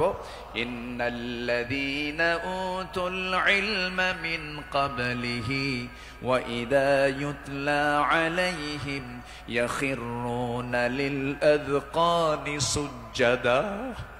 সূরা বনী ইসরাঈল 107 নম্বর আয়াত। যাদেরকে এর পূর্বে জ্ঞান দান করা হয়েছে, তাদের সামনে যখন আবৃত্তি করা হয়, তখন তারা বিনয়ের সাথে কাঁদতে কাঁদতে ভূমিতে জমিনে তারা লুটিয়ে পড়ে। ইয়াখিরুনা লিল আযকানি সুজদা। এই জন্য আমরা কাঁদবো। চোখের পানি যদি ফেলতে চাই, একমাত্র ফেলবো আমরা কার জায়গায়? কার কাছে? বলেন কার কাছে? কার কাছে? আল্লাহর কাছে। সাইয়েদনা ওমর ফারুক রাদিয়াল্লাহু তাআলা একদিন বসে আছেন, তার পাশে এক সাহাবী বসে একটা হাদিস বর্ণনা করছিলেন। মিসকাল হাববাতিন মিন কিবার, যার মধ্যে যাররা পরিমাণ অহংকার কাজ করবে, লা ইয়াদখুলুল জান্নাহ, সে ব্যক্তি জান্নাত পাবে না। ওমর ফারুক সেই জায়গা থেকে লাফ মেরে গিয়ে জমিনে লুটিয়ে পড়লেন। গোটা শরীর তিনি ধুলায় মলিন করলেন, আর বলেন, ওমর, তোকে মানুষ খলিফা বলে, তোকে মানুষ শাসক বলে, ওমর তোর মধ্যে মনে হয় অহংকার ঢুকে গেছে, আল্লাহ তোকে মাফ করবে না। আকাশের দিকে দুটো হাত তুলে আফসোস করে বলছেন, আকাশের মালিক আল্লাহ, তুমি যদি গোটা দুনিয়ার সমস্ত মানুষকে তুমি যদি জান্নাত দিয়ে দাও, আর একজন ব্যক্তিকে যদি জাহান্নাম দিয়ে দাও, আমার মনে হয় আমি ওমর সে একজন ব্যক্তি, জাহান্নাম আমি যাব মনে হয় আমার সে আমল নাই, আল্লাহ আমাকে মাফ করে দিও, আল্লাহ আমাকে ক্ষমা করে দিও। এরকম করে তারা আল্লাহর সামনে চোখের পানি ফেলে ফেলে কেঁদেছেন। একজন সাহাবীর কাছে মুনাফিকের তালিকা ছিল, সেই সাহাবীর কাছে মাঝে মাঝে ওমর ফারুক যেতেন, গিয়ে বলতেন, ভাই ওমর, দেখো তো মুনাফিকের তালিকার মধ্যে আমি ওমর, আমার নামটা আছে নাকি? আমার নামটা আছে নাকি? সাহাবী বলতেন, ভাই ওমর, আপনার নাম থাকবে কেন? আপনি তো জান্নাহ, ওমর ফিল জান্নাহ। তিনি উত্তরে বলতেন, ভাই রে, আমার মন বলছে কেন যেন মনে হয় আমি কি মুনাফিকের কাতারে চলে গেলাম কিনা। কি চিন্তা তাদের মধ্যে কাজ করতো, কার ভয়, কার ভয়, কার ভয়? আসতে বলবেন না, কার ভয়? সবাই কি তাহাজ্জুদের নামাজ পড়তে রাজি আছেন? 5 ওয়াক্ত নামাজ পড়ার দরকার নাই? হ্যাঁ, কি দরকার আছে কিনা বলেন? তাহলে 5 ওয়াক্ত নামাজও পড়বো, এবং স্পেশাল অফার, ওই সময় চোখের পানি ফেললে বান্দার কোনো দোয়া মিস হয় না। সেটা হচ্ছে কি? ওয়াল্লাযীনা ইয়াবিতুনা লিরাব্বিহিম সুজদান ওয়া কিয়ামা, যারা রাতটা কাটায় দেয় রুকুতে এবং সিজদার মধ্যে। কার কাছে? 5 ওয়াক্ত নামাজ পড়বেন কারা কারা? একটু হাত উঁচু করে দেখান তো, বলি দেখি, জোরে বলি ইয়া আল্লাহ, আরো জোরে ইয়া আল্লাহ। আমাদেরকে 5 ওয়াক্ত সালাত আদায় করার তৌফিক তুমি আল্লাহ দিয়া দাও। জোরে বলি আমিন, আরো জোরে আমিন, আরো জোরে আমিন। আসুন, যেহেতু আজকে প্রথম রজনী, আগামীকালকেও মাহফিল আছে, সবাই আসবেন কিনা? আমরা এই 5 দিন নিয়মিত মাহফিল আসবো। জোরে বলি ইনশাআল্লাহ। এই মাহফিল চট্টগ্রামবাসীর জন্য একটা বড় নিয়ামত। আল্লাহ তুমি এই মাহফিলকে কবুল করো। জোরে বলি আল্লাহুম্মা আমিন। আমরা আর সময় ক্ষেপণ করব না, যেহেতু আগামীকালকেও এখানে মাহফিল আছে। পরশু আছে, তারপরের দিন আছে। প্রত্যেক দিন নতুন নতুন মেহমান এবার সিলেকশন হয়েছে। কুল্লু জাদিদুন লাযীযুন, আসবেন। এক একটা ফুলের এক একটা ঘ্রাণ আপনারা নেবেন ইনশাআল্লাহ। আল্লাহ পাক এই মাহফিলকে কবুল করুন। এই মাহফিলের কমিটির বৃন্দের সকল খেদমতকে আল্লাহ পাক কবুল করুন। অধ্যক্ষ মোহাম্মদ তাহের সাহেব আমার বাম পাশে বসা, আল্লাহ তুমি তার সকল খেদমতকে তুমি আল্লাহ কবুল করে নাও। আর আমি সময়টা না বাড়িয়ে, সময় ক্ষেপণ না করে, আসুন সোজা আমরা এখন দোয়ার দিকে যাব। আমরা চাইবো কার কাছে? চাইবো কার কাছে? সবাই একটু তাশাহুদের সুরতে বসে পড়ি, একটু বিনয়ী হয়ে আমরা আল্লাহর কাছে চাবো, আল্লাহ যেন আমাদের জিন্দেগীর সকল গুনাহগুলোকে মাফ করে দেন। সবাই বলে সুবহানাকাল্লাহুম্মা ওয়া বিহামদিকা আশহাদু আল্লা ইলাহা ইল্লা আনতা আস্তাগফিরুকা ওয়া আতুবু ইলাইকা। চিৎকার মেরে বলি, ইয়া আল্লাহ, আমার জীবনের সাগীরা কবীরা, ছোট বড় সব গুনাহ তুমি আল্লাহ মাফ করে দাও, মাফ করে দাও। জোরে বলুন, ইয়া রাব্বাল আলামিন। সবার কাছে আমি দোয়া চাই, সবাইকে আমার জন্য দোয়া করবেন। আমিও দোয়া করি আপনার জন্য, আল্লাহ যেন আমাদের এই সম্পর্ক যেন হাসর পর্যন্ত গড়িয়ে দেন। জোরে বলি আল্লাহুম্মা আমিন, আল্লাহুম্মা আমিন। ربنا ظلمنا أنفسنا وإن لم تغفر لنا وترحمنا لنكونن من الخاسرين ربنا لا تزغ قلوبنا بعد إذ هديتنا وهب لنا من لدنك رحمة إنك أنت الوهاب।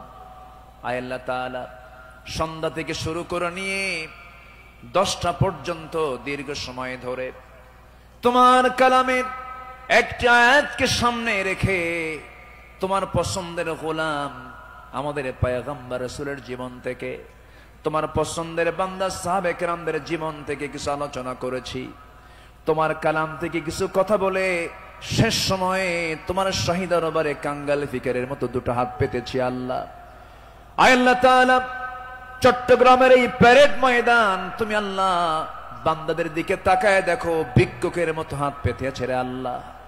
গুনার দিকে নজর দিও না, বান্দা মনে করে তামাম জিন্দেগীর সমস্ত গুনাহগুলোকে মাফ করে দাও। আয় আল্লাহ তাআলা, দুটো হাত যখন তুলে রাখি, দুজন মানুষের কথা বেশি বেশি মনে পড়ে যায় রে। আমাদের মাঝ থেকে যাদের জনম দুঃখিনী মা, জনম দুঃখী বাপজান যারা দুনিয়া থেকে বিদায় নিল, জিন্দেগীর গুনাহগুলো মাফ করে দাও, কবরগুলোকে জান্নাতের টুকরা বানায়া দাও। অনেক আলোচনা শেষ করি, বাড়ি ফিরে যাব রে। সব দেখবো, ছেলে দেখবো, মেয়ে দেখবো, স্ত্রী দেখবো, সন্তানদের দেখবো, আত্মীয় স্বজন দেখবো, কিন্তু মার দিকে তাকায় দেখতে চাবো, কিন্তু মার ঘরে মা নাই, মা কবরে চলে গেছেন। বাবা নাই, বাবা কবরবাসী হয়েছেন রে। গোটা পৃথিবীর সব খবর ঘরের কোণে বসে সব দেখা যায়, জানা যায়, শোনা যায়, কিন্তু ঘরের কোণে মা, কবরে মা শুয়ে আছেন, তার কোনো খবর দুনিয়াবাসীর কাছে থাকে না রে আল্লাহ। সে আব্বা আম্মা যারা চলে গেল, জিন্দেগীর গুনাহগুলো মাফ করে দাও, কবরগুলোকে জান্নাতের টুকরা বানায়া দাও। ও আল্লাহ, এমন বান্দা আমার সঙ্গে হাত তুলতে পারেন, নিজের হাতে নিজের মাকে দাফন করেছেন, নিজের বাপকে নিজে হাতে কবর নিয়ে কবরে শোয়া দিয়েছেন রে। সে আব্বা আম্মা যারা চলে গেছে, কবরের সমস্ত আযাবকে মাফ করে দিয়া কবরগুলোকে জান্নাতের বাগান বানায়া দাও। আব্বা আম্মার জন্য কি দোয়া তাও শিখিয়ে দিয়েছো, হাত একটু উঁচু করে আল্লাহর শেখানো দোয়া পড়ে আওয়াজ দিয়ে দিয়ে আমার সঙ্গে ঠোঁট মিলায়া সবাই আকাশ বাতাস মুখরিত করে সবাই আমার সঙ্গে ঠোঁট মিলায়া বলুন, রব্বিরহামহুমা কামা রব্বায়ানি সগীরা রব্বিরহামহুমা কামা রব্বায়ানি সগীরা রব্বিরহামহুমা কামা রব্বায়ানি সগীরা।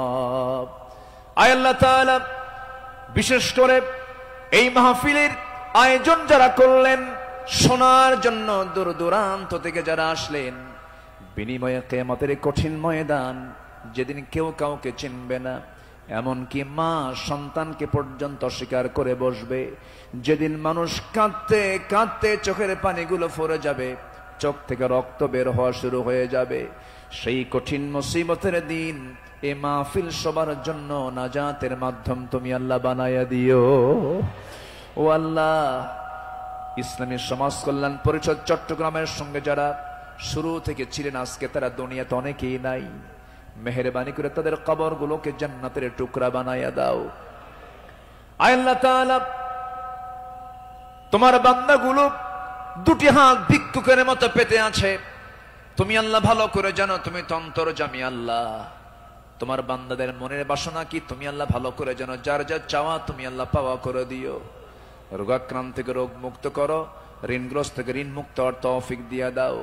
ব্যবসায়ী ঘাটতি, ব্যবসায়ী তুমি আল্লাহ বরকত দিয়া দাও। পরিবারে অশান্তি, তুমি আল্লাহ শান্তি দিয়া দাও। যার যে সমস্যাগুলো আছে মেহেরবানি করে তুমি আল্লাহ সমাধান করে দাও। লা তাদা লানা যামবান ইল্লা গফরতাহ ওয়ালা হাম্মান ইল্লা ফাররাজতাহ ওয়ালা দাইনান ইল্লা কাদাইতাহ ওয়ালা মারিদান ইল্লা শাফাইতাহ ওয়ালা হাজাতাম মিন হাওয়াইজিদ দুনিয়া ওয়াল আখিরাহ। আয় আল্লাহ তাআলা, এমন সময় হাত তুলেছি 180 কোটি মুসলমানের দুনিয়ায় মুসলমানদের পায়ের তলায় মাটি নাই। আয় আল্লাহ তাআলা, 180 কোটি মুসলমানের জন্য একটা ওমর দারুন দরকার। আল্লাহ মেহেরবানি করে মুসলিম উম্মার জন্য একটা ওমর তুমি আল্লাহ দুনিয়াতে পাঠায়া দাও। মুসলমানদের বাইতুল আকসা তুমি আল্লাহ মুসলমানদের হাতে তুলে দাও। সিরিয়াকে যেমন জুলুম মুক্ত করেছ, ফিলিস্তিনকে তুমি আল্লাহ ইহুদি মুক্ত করে দাও। আয় আল্লাহ তাআলা, তোমার দরবারে প্রার্থনা করছি, বেঁচে থাকলে এই চেয়ারে বসে যিনি কথা বলতেন, সেই পাখিটাকে আমরা হারিয়ে ফেলেছি। আল্লাহ, তোমার দরবারে ফরিয়াদ করি, এই পাখিটা, আয় আল্লাহ তাআলা, এই কোরআনের পাখির কবরটাকে তুমি আল্লাহ জান্নাতের টুকরা বানায়া দাও। ও আল্লাহ, তার যে লালিত স্বপ্ন এই জমিনে কোরআনের রাজ কায়েম হবে, এমন দৃশ্য দেখার তৌফিক তুমি আল্লাহ আমাদের সবাইকে দিয়া দাও। ও আল্লাহ, এই মঞ্চে কথা বলেছেন অনেকে আজকে দুনিয়াতে নাই, যারা দুনিয়া থেকে বিদায় নিয়েছেন কবরগুলোকে জান্নাতের টুকরা বানায় দিও। আয় আল্লাহ তাআলা, দুনিয়া থেকে কোন দিন বিদায় নেব জানি না, তবে যেদিন মরবরে টান মেরে ঘর থেকে বের করে দেবে, জীবনের শেষ গোসলটা হয়ে যাবে, মরামুখ সব দেখে দেখে চলে যাবে, আত্মীয় স্বজন দিয়া ঘর বাড়ি ভরে যাবে রে ভাই, চোখের পানি ফেলে ফেলে কাঁদবি, বউটা বলবি স্বামী আমার কোথায় চলে গেলে, এই যে সংসারের চাবিটা কার হাতে দেব। সন্তানগুলো কাঁদতে কাঁদতে গলা ভেঙে যাবে, অস্থির হয়ে পড়বে, অজ্ঞান হয়ে যাবে, সব টেনে হেঁচড়ে আমাকে ঘর থেকে জীবনের শেষবারের মতো বিদায় দিয়ে দেবে রে, জীবনের শেষ গোসলটা করায় দেবে। সেলাইওয়ালা কাপড় চোপড় গুলো ছিল সব কেচে দিয়ে কেটে কেটে খুলে খুলে নেবে, সমস্ত কাপড়গুলো অচল হয়ে যাবে রে। বাজার থেকে কম দামি সাদা কাফনের কাপড় নিয়ে আসবে, সেলাই নাই, পকেট নাই, বুতাম নাই, দেহের মধ্যে ঢুকায় দিয়া মাথায় বাঁধন, পায়ে বাঁধন দিয়া দেবে রে। টেনে হেঁচড়ে জানাজায় নিয়ে যাবে, জানাজা শেষ হয়ে যাবে, মরা মুখ সব একটা বারের মতো দেখে নেবে, টেনে হেঁচড়ে কবরের দিকে নিয়ে চলে যাবে, কবরে রেখে সব চলে আসবে। দিন শেষে বন্ধু আমার কেউ না, তুমি আল্লাহ, তুমি ছাড়া। ওই কবরে রেখে আসবে রে, 24 ঘন্টা যাবে না, মাথার চুলের পতন ঘটে যাবে, চুলগুলো খসে খসে পড়বে। যেই চুলে এত তেল দিলাম, এত সাবান দিলাম, এত শ্যাম্পু দিলাম, চুল শেষ 24 ঘন্টায়। 3 দিনের মাথায় চামড়াগুলো গলে গলে পোকার পেটের খাবার হয়ে যাবে রে। মাত্র 7 দিন লাগবে না, পেটের নাড়ি বুড়ি সব চোখ মুখ কান নাক দিয়ে বের হওয়া শুরু হয়ে যাবে। কিম্ভূত কিমাকার চেহারা হয়ে যাবে। মাত্র 3টা মাস। যদি কেউ কবর খনন করে দেখতে যায়, কয়েকটা হাড় হাড্ডি ছাড়া কিছুই খুঁজে পাওয়া যাবে না রে আল্লাহ। এই তো আমার জীবনের শেষ অবস্থা আল্লাহ। বুঝতে পেরেছি তুমি আল্লাহ, তুমি ছাড়া আমার কোনো বন্ধু নাই রে। ও আল্লাহ, সে অন্তিম সময় যখন চলে আসবি, আমাদের সবার জামানে, সবার জেহেনে, সবার জামানে জারি করে দিও কালোজয়ী কালিমা তাইয়্যিবা লা ইলাহা ইল্লাল্লাহু মুহাম্মাদুর রাসূলুল্লাহ।